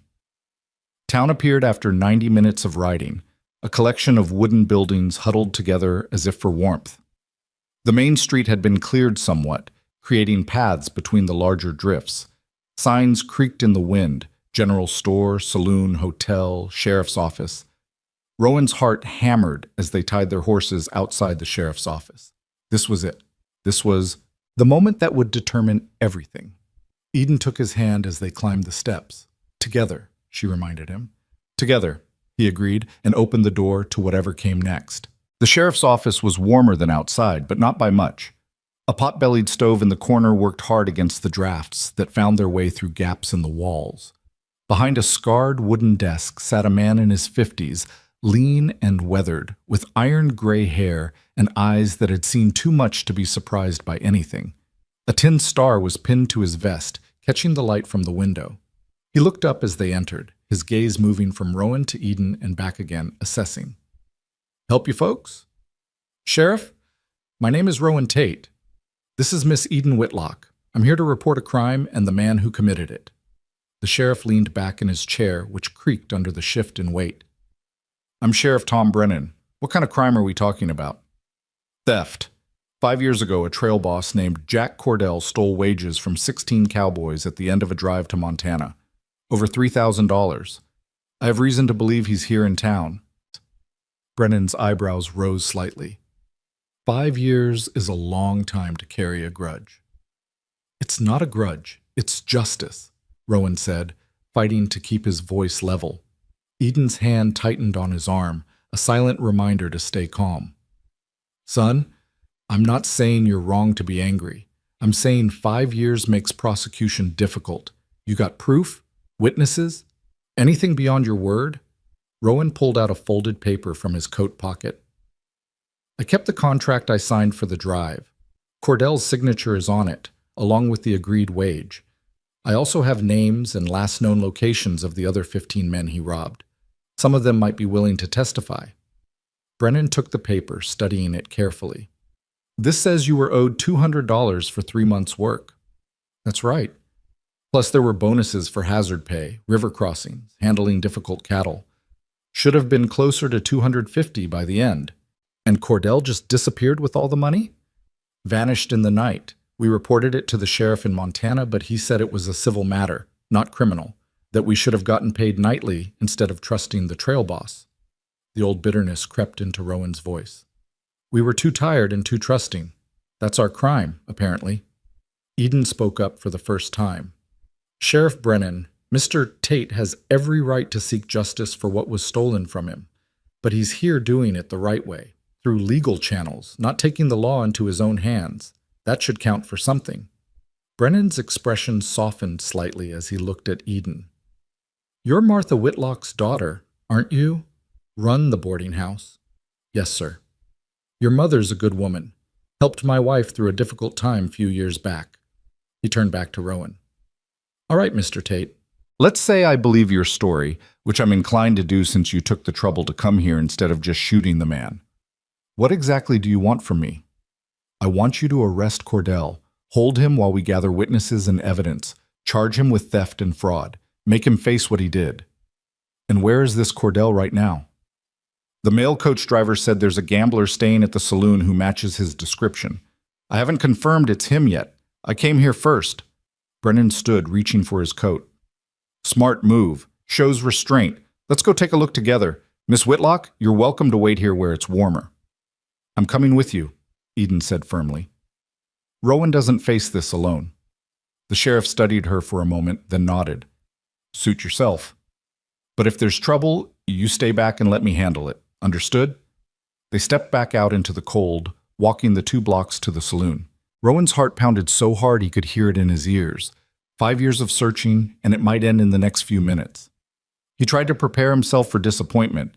It might not be Cordell, might be someone who just looked similar, but hope and anger warred in his chest regardless.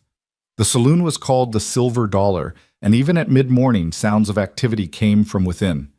Brennan pushed through the doors first, Rowan and Eden following close behind. The interior was dim and smelled of whiskey, tobacco, and unwashed bodies. A few men sat at tables playing cards. The bartender polished glasses with a rag that looked dirtier than the glasses. And there, at a corner table with his back to the wall, sat a man who made Rowan's breath stop. Jack Cordell had aged some in 5 years. His hair was grayer at the temples, his face more lined. He'd put on weight, the soft kind that came from easy living. But the eyes were the same, sharp and calculating, constantly assessing angles and opportunities. He wore a fine wool suit that probably cost more than Rowan made in 6 months, and a gold watch chain glinted at his vest.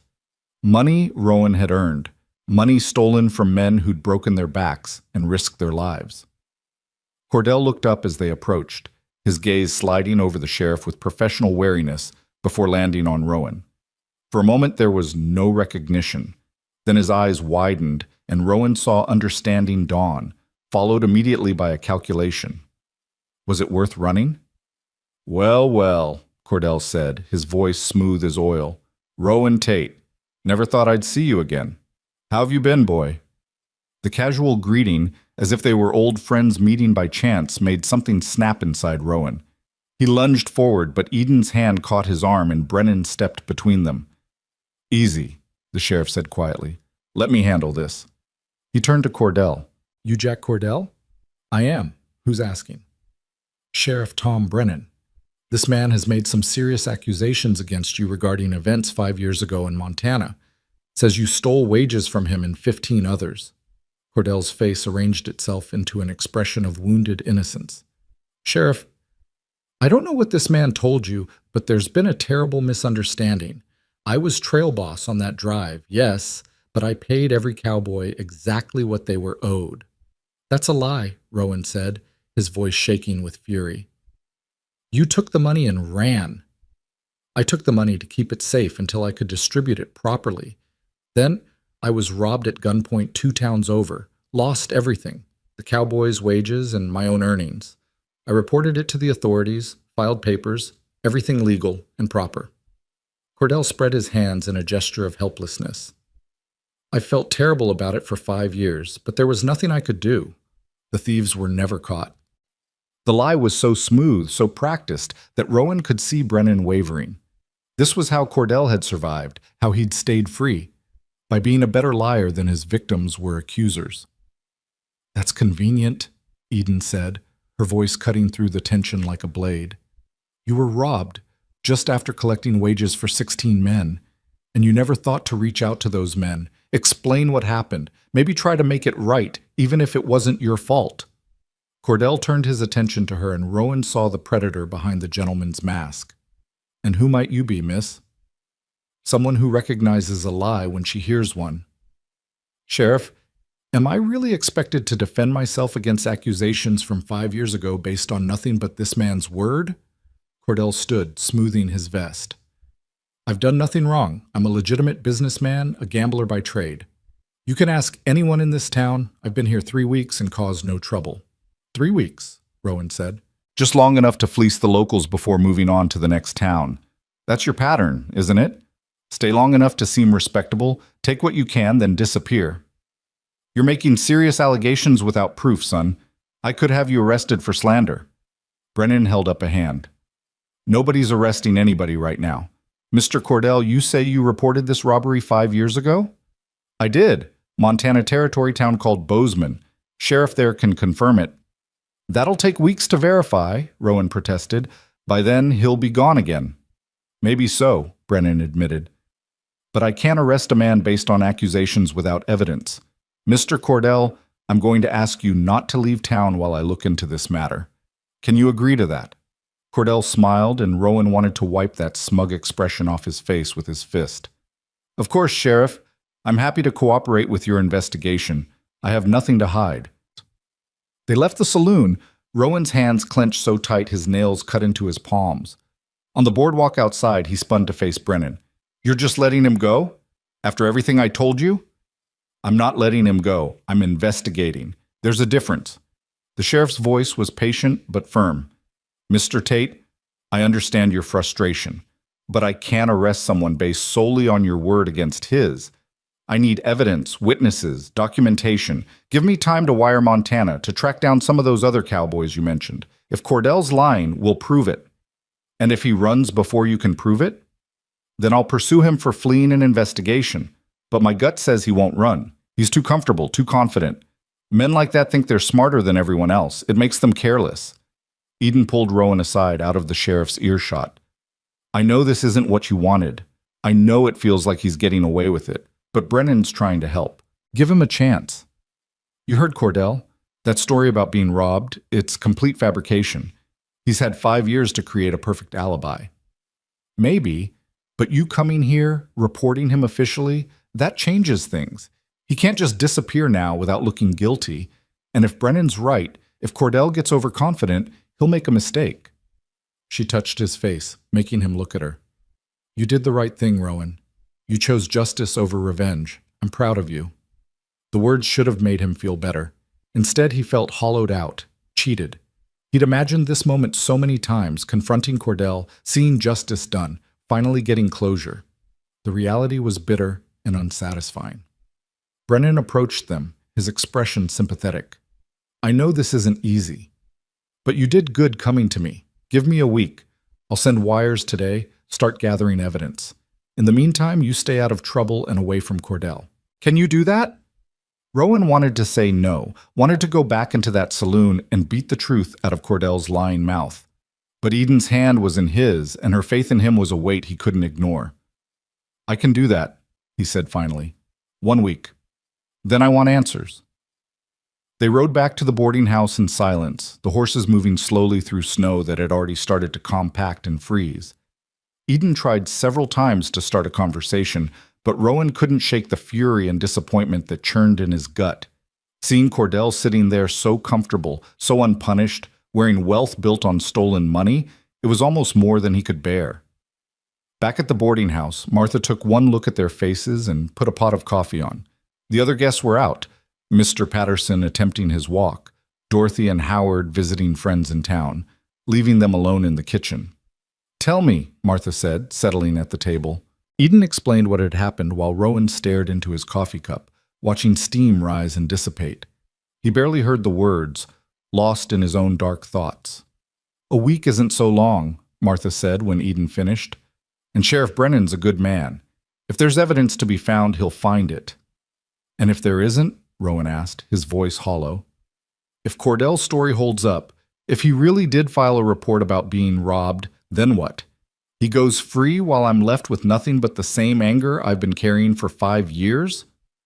Then you decide whether you're going to let that anger define the rest of your life, Martha said bluntly.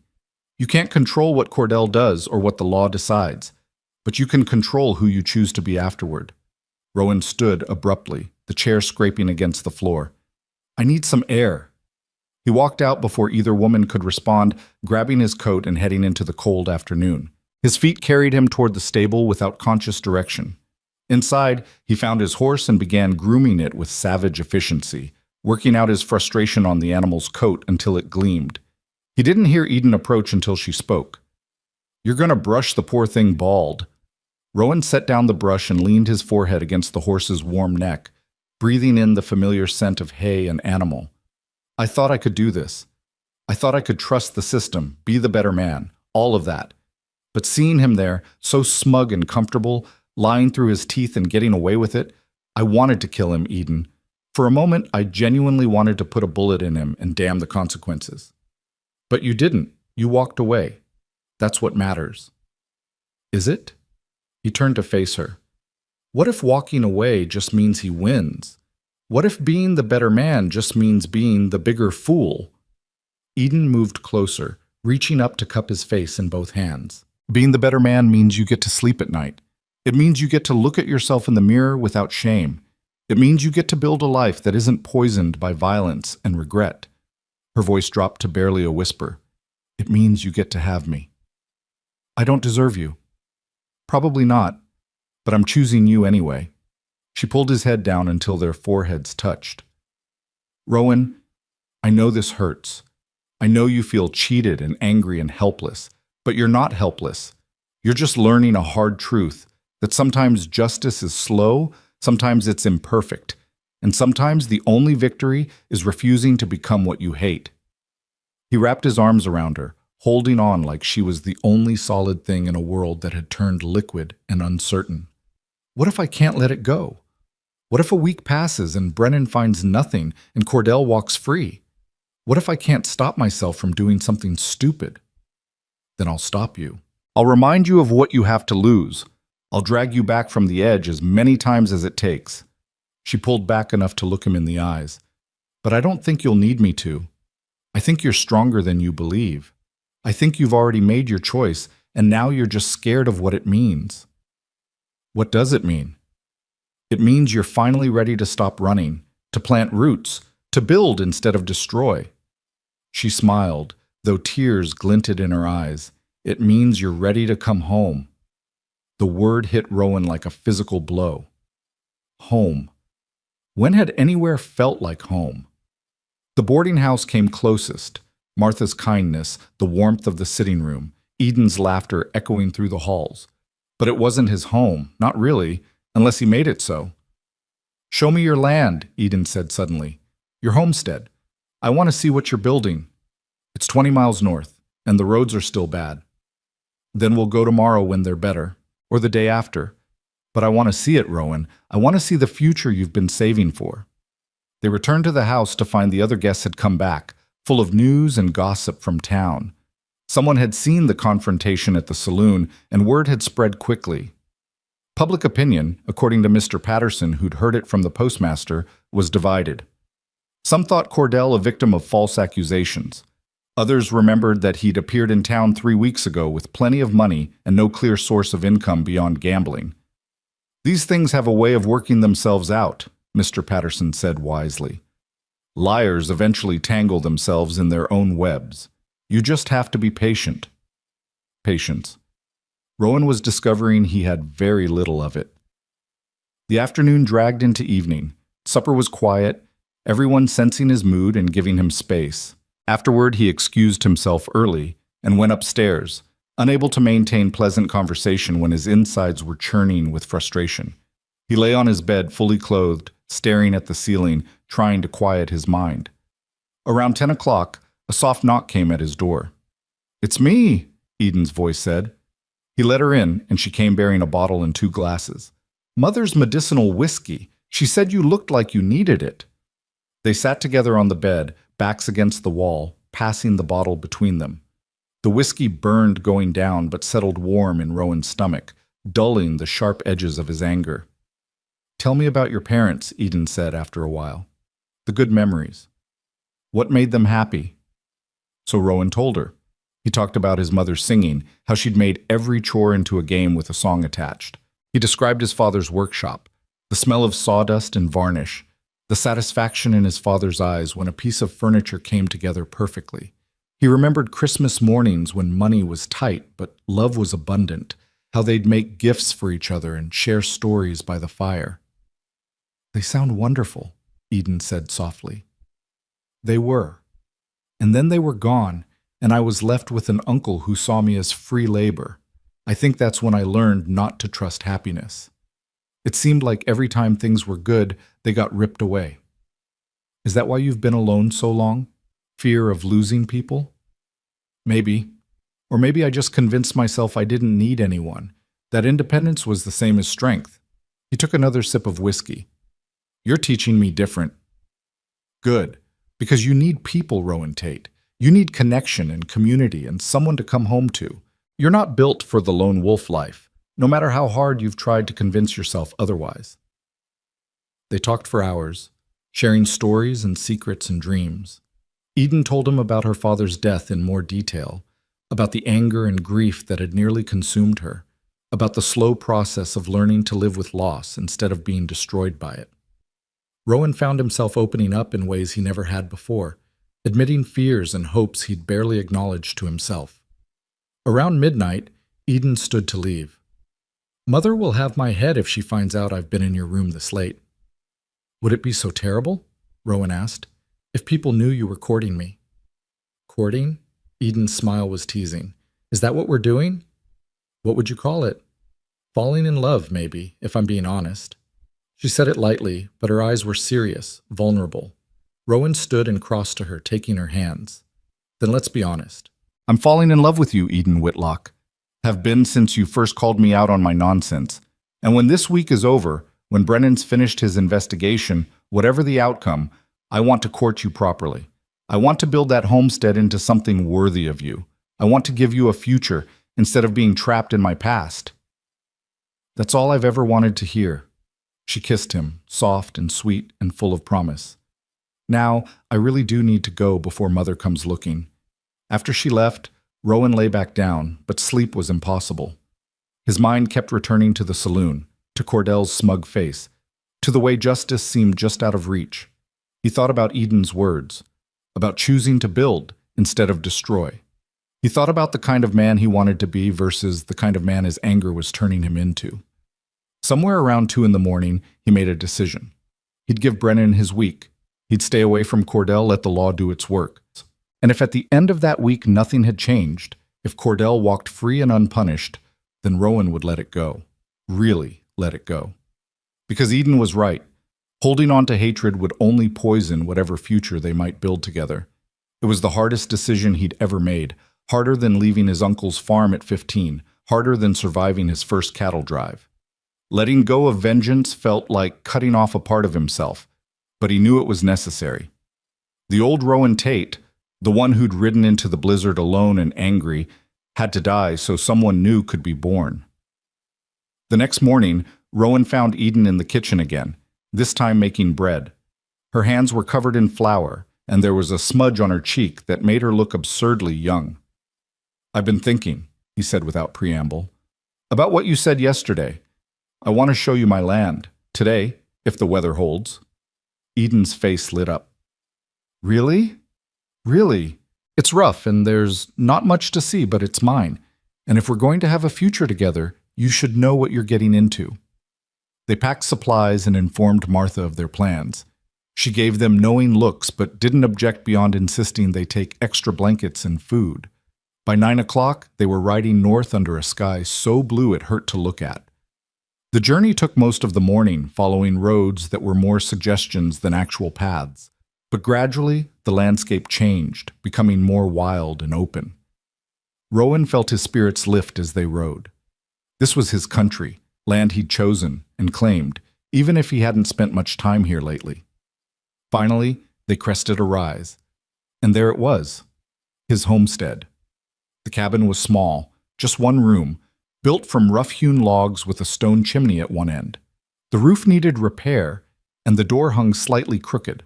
Around it stretched 40 acres of rolling prairie, currently buried under snow but beautiful in its wild emptiness. To the west, mountains rose purple and majestic against the sky. A creek, frozen now, cut through the southern section of the property. "It's perfect," Eden breathed. Rowan looked at her incredulously. "It's a shack in the middle of nowhere." "It's potential. It's a beginning." She urged her horse forward, eager to explore. "Show me everything." He showed her the cabin first, apologizing for the dust and cold inside. It was sparse: a bed, a table, 2 chairs, a stove that hadn't been lit in months. But Eden walked through it with the concentration of an architect, measuring spaces with her eyes, planning improvements. "We could expand this way," she said, gesturing to the north wall. "Add 2 more rooms, maybe 3. And we'd need a proper kitchen, of course. The stove is good, but we'd need more counter space, storage.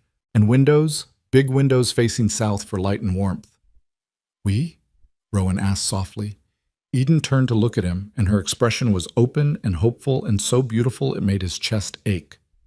"If you're asking, I know it's fast, I know we should probably wait longer, be more practical, but life's too short for practical, and I already know what I want." Rowan crossed to her, taking her hands in his. "I don't have much. Just this land, a half-built dream, and a past I'm trying to outrun.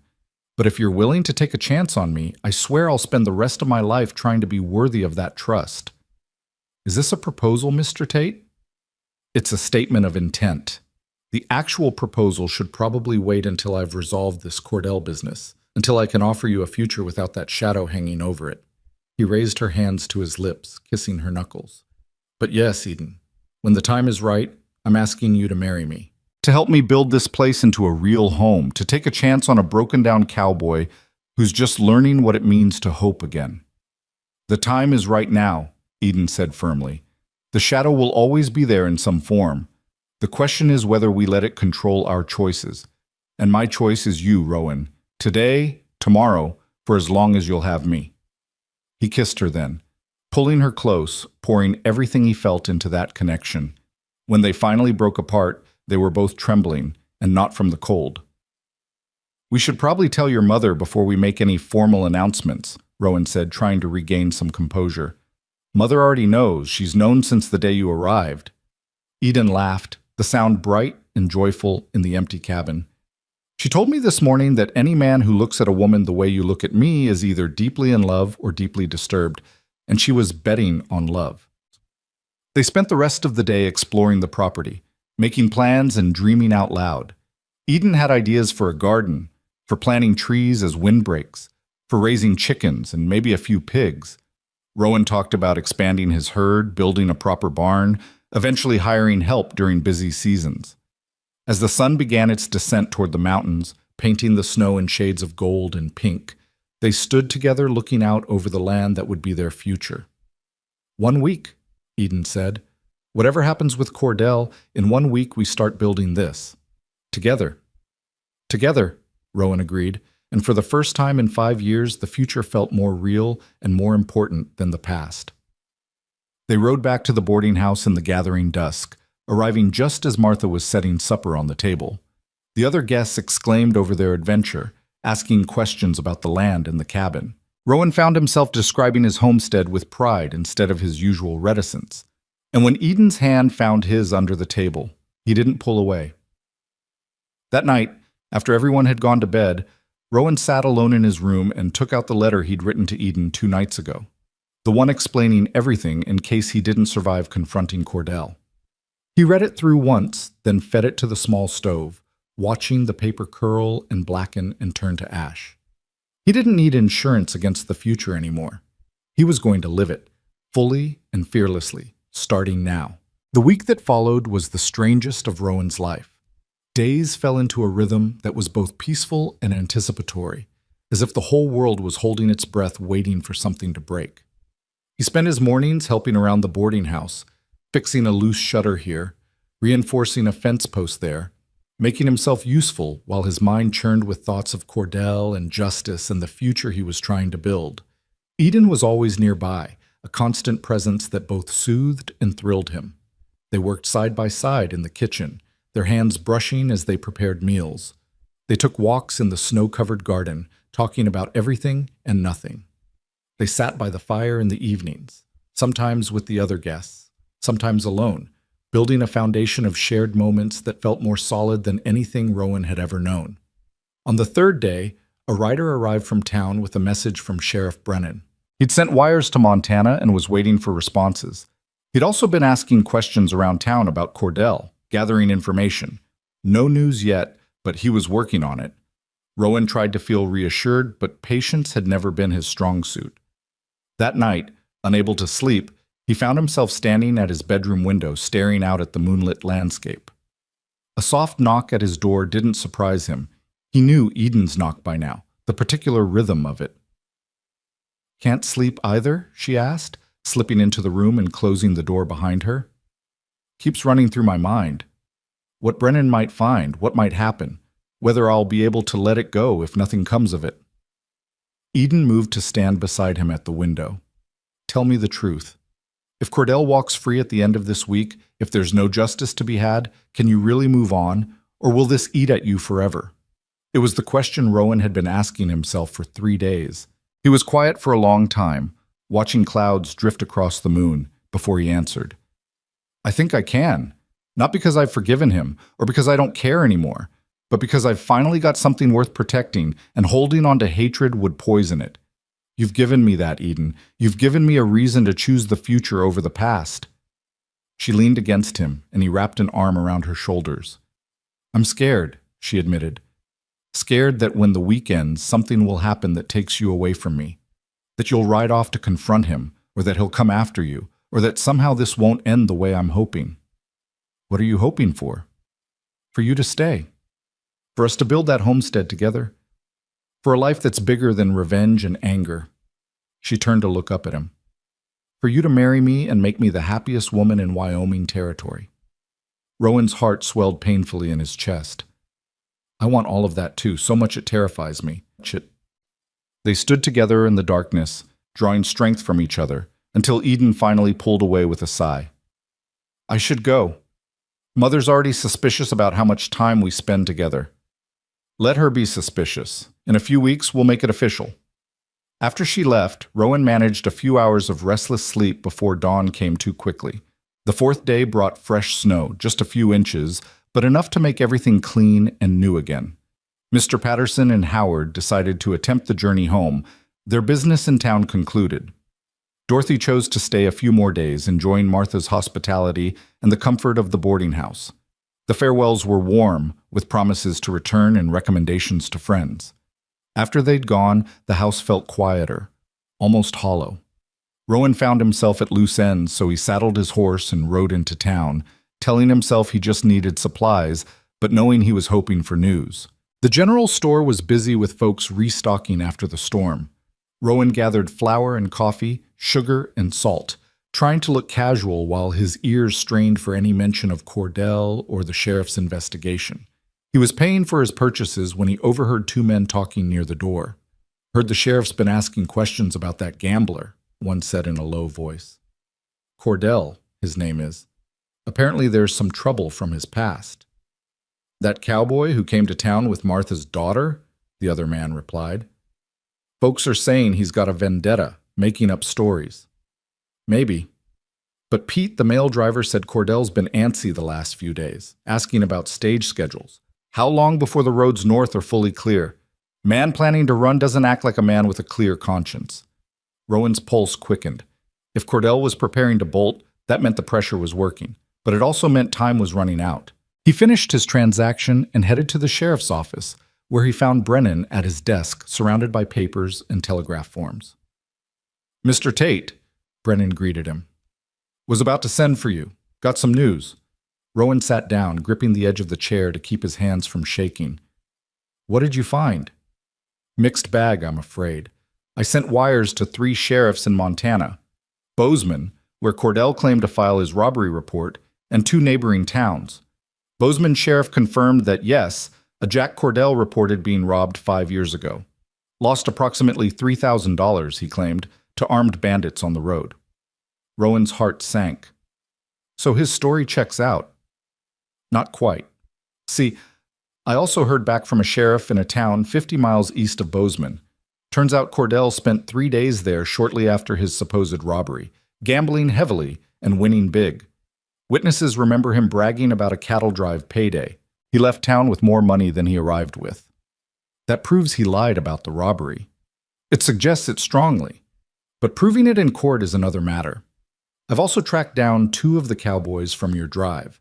One's willing to testify, says he remembers Cordell collecting the money and promising distribution. The other's scared, doesn't want trouble. So what does this mean? Can you arrest him?" Brennan leaned back in his chair. "I've got enough to bring him in for questioning, maybe hold him while I gather more evidence. But Mr. Tate, I'll be honest with you, men like Cordell are slippery. Even if we charge him, even if we go to trial, there's no guarantee of conviction. He's got money for lawyers, and he's got a plausible story about being robbed. So justice is just out of reach. Again." "I didn't say that. I said it's complicated. But here's what I'm thinking. If I bring Cordell in for questioning tomorrow, let word spread that we're building a case, one of 2 things will happen. Either he'll run, which makes him look guilty and gives me grounds to pursue him across territories, or he'll stick around and make a mistake. Or he'll lawyer up and walk free while I'm left with nothing." Brennan's expression was sympathetic. "That's possible too. But Mr. Tate, sometimes the victory isn't in seeing a man punished.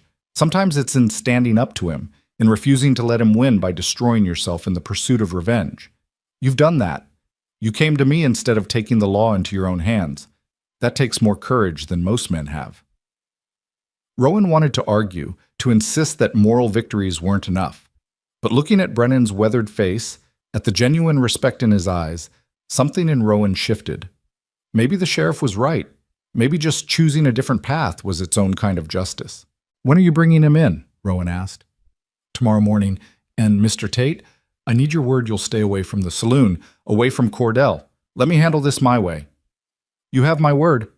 Rowan left the sheriff's office and stood on the boardwalk, looking down the street toward the Silver Dollar Saloon. Every instinct screamed at him to march in there and confront Cordell himself, to force the truth out of him one way or another. But he'd made a promise to Brennan and to Eden and to himself. He'd chosen a different path. Instead of heading to the saloon, he rode back to the boarding house. He found Eden in the kitchen with her mother preparing supper. When she saw his face, she immediately wiped her hands on her apron and followed him to the sitting room. "What happened?" she asked as soon as they were alone. He told her everything.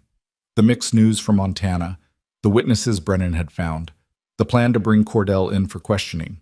Eden listened without interrupting, her hand finding his and holding tight. "So tomorrow it ends," she said when he'd finished. "One way or another.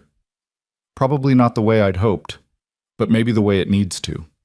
Rowan pulled her into his arms, resting his chin on top of her head. "I've been thinking about what you said, about choosing who I want to be, and I've realized something. For 5 years I've let Cordell define me. I've been the victim, the wronged party, the man seeking justice. But that's not who I want to be anymore. Who do you want to be? Your husband, a rancher, a man who builds things instead of tearing them down, a man who plants roots and keeps his promises and comes home every night to someone who matters more than any amount of stolen money. Eden pulled back to look at him, tears glistening in her eyes. That's a good man to be. Then that's what I'll be, starting now. They spent the evening quietly, sitting by the fire with Martha and Dorothy, reading and talking and simply being together. Martha told stories of Eden's father, of the life they'd built before illness took him, of how she'd learned to carry on after devastating loss. It was clear she was offering Rowan a template, showing him that grief and anger didn't have to be permanent states, that it was possible to move forward. That night, Rowan slept better than he had in days. He woke before dawn feeling strangely calm, as if something had been decided in his sleep. Today, Brennan would question Cordell. Today, the 5-year chase would reach some kind of conclusion. And tomorrow, regardless of the outcome, Rowan would begin building his future with Eden. He dressed and went downstairs to find Eden already in the kitchen, making coffee in the pre-dawn darkness. She looked up when he entered, and they didn't need words. She poured 2 cups, and they sat together at the kitchen table, watching through the window as the sky gradually lightened from black to deep blue to pale gray. "Are you going to town?" Eden asked finally. "No, I gave Brennan my word I'd stay away." "Good, because I need you here. I need to know you're choosing this, choosing us, choosing to let the law handle it." "I am. I promise." They were finishing breakfast with Martha when a rider came hard up the road, his horse lathered despite the cold. He dismounted and pounded on the door, and when Martha opened it, words tumbled out in an urgent rush. "Mrs. Whitlock, is Rowan Tate here? Sheriff needs him in town right away. There's been trouble." Rowan was on his feet instantly, his heart hammering. "What kind of trouble?" "That gambler, Cordell. He tried to run. Sheriff went to bring him in for questioning this morning, found him packing to leave. There was a confrontation." The rider paused, catching his breath. "Cordell's claiming self-defense, saying the sheriff attacked him without cause. But there's more. When they searched his room, they found documents, names and amounts, records he'd kept. Looks like he's been running this con for years." Eden grabbed Rowan's arm. "I'm coming with you." They rode hard into town, the cold air burning their lungs.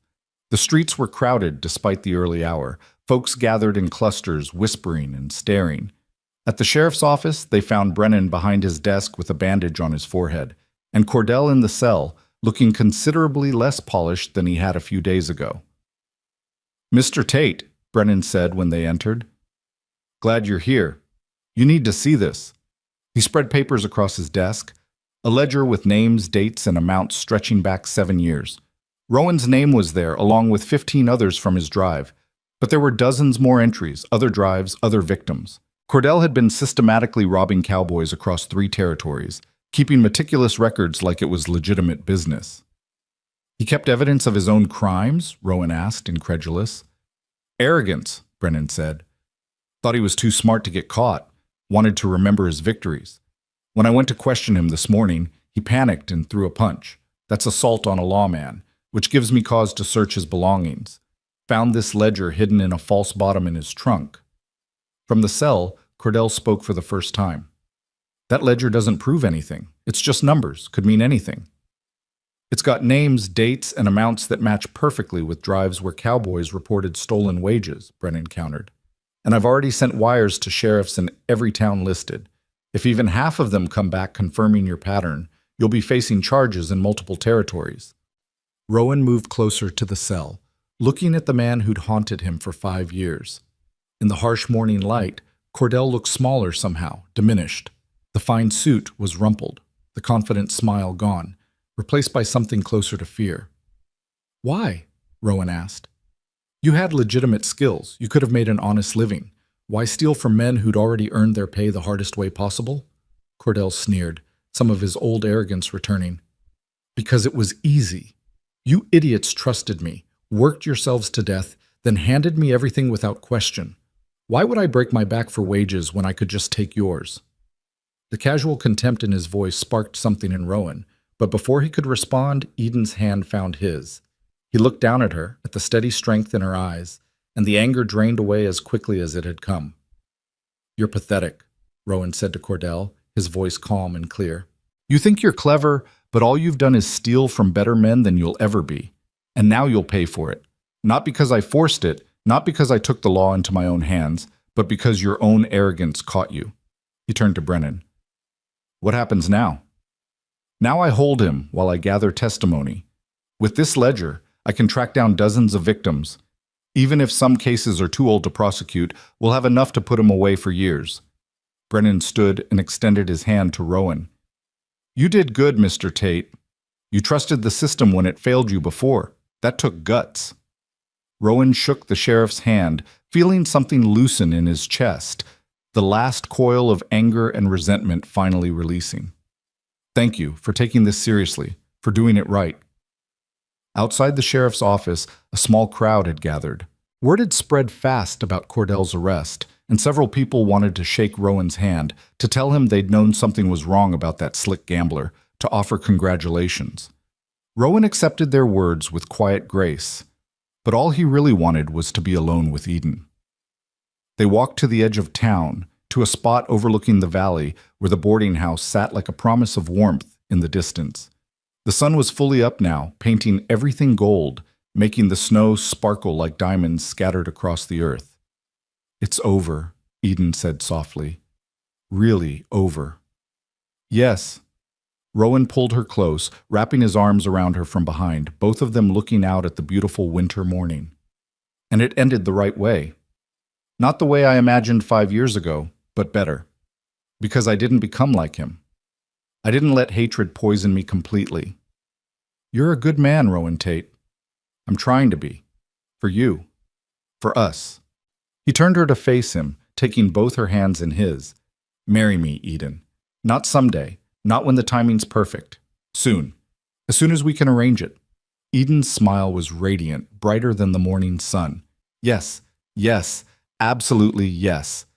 They kissed there on the hill overlooking their future, and when they finally broke apart, both were laughing with pure joy. The ride back to the boarding house felt like flying, their horses cantering through snow that no longer seemed cold, but magical, transformative. Martha met them at the door, took one look at their faces, and pulled them both into a fierce hug. "I take it there's good news?" "Cordell's been arrested," Rowan said. "Evidence found, charges pending. It's over." "And we're getting married," Eden added, her voice bubbling with happiness. "As soon as possible." "Well, it's about time," Martha declared, laughing through tears. "I've already started planning the wedding feast in my head. We'll do it right, with the whole town invited. Spring wedding, I think, when the wildflowers are blooming." The next weeks passed in a blur of planning and preparation. Rowan rode to his homestead and began repairs in earnest, working from dawn to dusk to expand the cabin and make it livable for two. He hired 2 men from town to help, and together they added 2 rooms, replaced the roof, installed proper windows, and built a kitchen that would make Eden smile. Eden divided her time between helping her mother at the boarding house and riding out to the homestead to supervise improvements. She had opinions about everything, where the furniture should go, how the garden should be laid out, what colors to paint which rooms. Rowan discovered he loved hearing her opinions, loved watching her transform his rough bachelor quarters into a real home. News arrived regularly from Sheriff Brennan. 5 more cowboys had been located and confirmed Cordell's theft. 2 other sheriffs had matching reports. The case was solid. Cordell would face trial in the spring, and conviction was all but certain. Justice, slow and imperfect but real, was finally happening. As February melted into March, the Wyoming landscape transformed. Snow receded to reveal brown grass that would soon turn green. The creek on Rowan's property thawed and began to sing. Early wildflowers appeared in protected spots, dots of purple and yellow against the dull earth. And then it was April, and the prairie exploded into bloom. Purple lupine and yellow arrowleaf balsam root covered the hills in waves of color. The sky was impossibly blue, the air warm and sweet. It was perfect. The wedding took place on a Sunday afternoon with half the town in attendance. They held it outside at the homestead, the cabin serving as backdrop, the mountains rising majestic in the distance. A circuit preacher performed the ceremony under an arch that Martha and Dorothy had decorated with fresh pine boughs and wildflowers. Eden wore a dress of cream-colored silk that Martha had altered from her own wedding gown. Wildflowers were woven through her auburn hair. She was so beautiful that when Rowan first saw her walking toward him across the prairie grass, he forgot to breathe. The ceremony was simple but heartfelt. They exchanged vows they'd written themselves, Rowan promising to build her a life of love and security, to choose her every day over anger in the past, to be the man she deserved. Eden promising to stand beside him through hardship and joy, to make their house a home, to never let him forget that he was loved. When the preacher pronounced them husband and wife, the gathered crowd erupted in cheers. Mr. Patterson was there, having traveled from his new home specifically for the wedding. Howard and Dorothy had made the journey from Philadelphia. Sheriff Brennan attended with his wife, and Pete the mail driver, and dozens of others who'd been touched by Martha's kindness or impressed by Rowan's restraint. The celebration lasted until well after dark.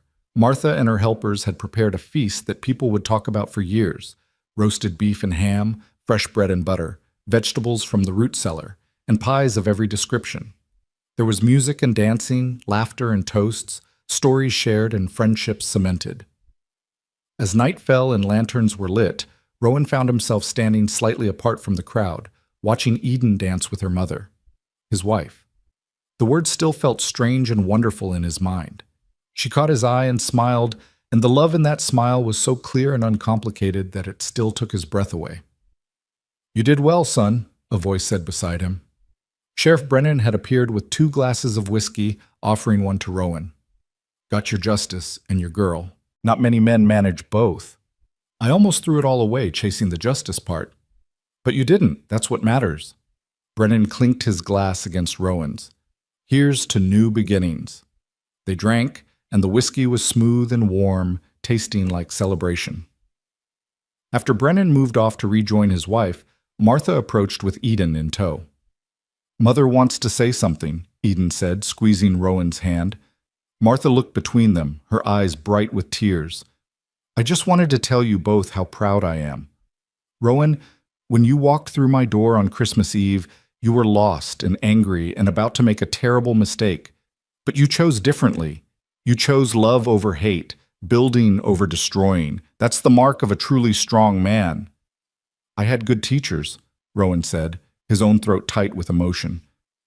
"And Eden, my darling girl, you took a risk on a stranger, saw something good in him when he couldn't see it in himself. Your father would be so proud of the woman you've become, of the choice you've made." Martha pulled them both into a hug. "Be happy. Build something beautiful together. That's all any parent wants for their child." Later, after the last guests had departed and the cabin was quiet, Rowan and Eden stood on their porch, looking out at the star-filled sky. The prairie stretched before them, dark and vast and full of possibility. This was their land now, their home, their future. "What are you thinking?" Eden asked, leaning against him. "That I rode into a blizzard 6 months ago hunting a ghost, and instead I found everything I didn't know I was looking for." He turned to face her, framing her face with his hands. "You saved me, Eden. In every way a person can be saved." "We saved each other," she corrected. "I was drifting too, going through the motions, convinced I'd end up alone running a boarding house until I was old and bitter. You reminded me that life could be an adventure, that love was worth the risk." They went inside to the home they'd built together, and as Rowan closed the door on the beautiful spring night, he thought about the journey that had brought him here. 5 years of anger and searching, all leading to one Christmas Eve blizzard. If someone had told him then that the storm wasn't trapping him but delivering him to his future, he never would have believed it. But it was true. That blizzard had been a gift, forcing him to stop running long enough to see what he'd been missing. And now, standing in his own home with his wife in his arms, Rowan understood that sometimes the best things in life come disguised as obstacles, that sometimes losing your way is the only path to finding where you truly belong. Summer brought prosperity. The garden Eden planted flourished in the Wyoming sun, providing more vegetables than they could eat. Rowan's small herd of cattle grew, supplemented by calves born in the spring. He hired a hand to help with the heavier work, and together they built a barn that was the pride of the county. Martha moved into the homestead in July, taking one of the new rooms and declaring herself ready for retirement. She spent her days painting watercolors of the landscape, tending her flowers, and spoiling Eden with advice and affection. The boarding house was sold to a young couple from Denver with Martha's blessing and the promise that they'd maintain her traditions. News came in August that Cordell had been convicted and sentenced to 15 years hard labor. Restitution had been ordered, though collecting it would take time. Rowan received a check for his stolen wages plus interest, enough to buy another 40 acres adjoining his property. He cashed the check without ceremony and used the money to expand his herd, turning the page on that chapter of his life completely. In September, Eden told him she was pregnant. The news came one evening as they sat on the porch watching the sunset over the mountains. She took his hand and placed it on her still flat stomach and said simply, "We're going to have a baby." Rowan's vision blurred with tears. A baby. A child who would grow up knowing love and security, who would never have to drift alone or wonder if they mattered. A child who would inherit this land and the life they were building. It felt like a completion, a circle closing in the best possible way. "I'm terrified," he admitted. "Good. So am I. But we'll figure it out together." Eden leaned her head on his shoulder. "Just like we figured out everything else." Winter came again, bringing snow that covered the prairie in familiar white. But this winter was different from the one before. This winter, Rowan had a home filled with warmth and laughter. He had a wife who challenged and cherished him in equal measure. He had a mother-in-law who'd become the parent he'd lost so young. He had land and cattle and a future that looked brighter with every passing day. On Christmas Eve, exactly 1 year after he'd ridden into Martha's boarding house seeking only shelter from a storm, they gathered around the fireplace in their expanded cabin. Martha read the nativity story while Eden played carols on the piano they'd bought in October. Outside, snow fell gently, peacefully, adding to drifts that would melt in spring and water the land. Rowan sat in his chair, Eden beside him, her hand resting on the small swell of her stomach where their child grew. He thought about the man he'd been a year ago, bitter and angry, consumed by the need for vengeance, convinced that justice was the only thing that could heal him. He'd been wrong. Justice had helped, yes. Seeing Cordell punished had provided closure. But what had truly healed him was love. The love of a good woman who'd seen past his anger to the man underneath. The love of a mother-in-law who'd welcomed him without reservation. The love of a community that had accepted him as one of their own. Most of all, he'd learned to love himself, to forgive his younger self for trusting the wrong person, to accept that being hurt didn't make him weak, to believe that he deserved happiness and could build a life worth living. "What are you thinking about?" Eden whispered, her head on his shoulder. "How far we've traveled. How much has changed. Any regrets?" Rowan looked around the warm cabin, at Martha reading by lamplight, at the Christmas tree decorated with wooden ornaments and strings of popcorn, at his wife's peaceful face. Outside, the same Wyoming wind that had once seemed so hostile now sounded protective, a guardian circling their home. "Not a single one," he said, and meant it completely. As Martha finished the familiar story and closed the Bible, as Eden began to play Silent Night with her clear voice rising sweet and pure, Rowan closed his eyes and sent up a silent prayer of thanks. For the blizzard that had forced him to stop running. For the boarding house that had offered him more than shelter.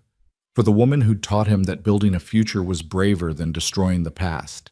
He'd come to Wyoming seeking vengeance and found redemption instead. He'd arrived as a broken, angry cowboy and become a husband, soon-to-be father, landowner, and most importantly, a man at peace with himself. The cowboy's Christmas bride had given him everything he'd never known to ask for, everything he'd stopped believing he deserved.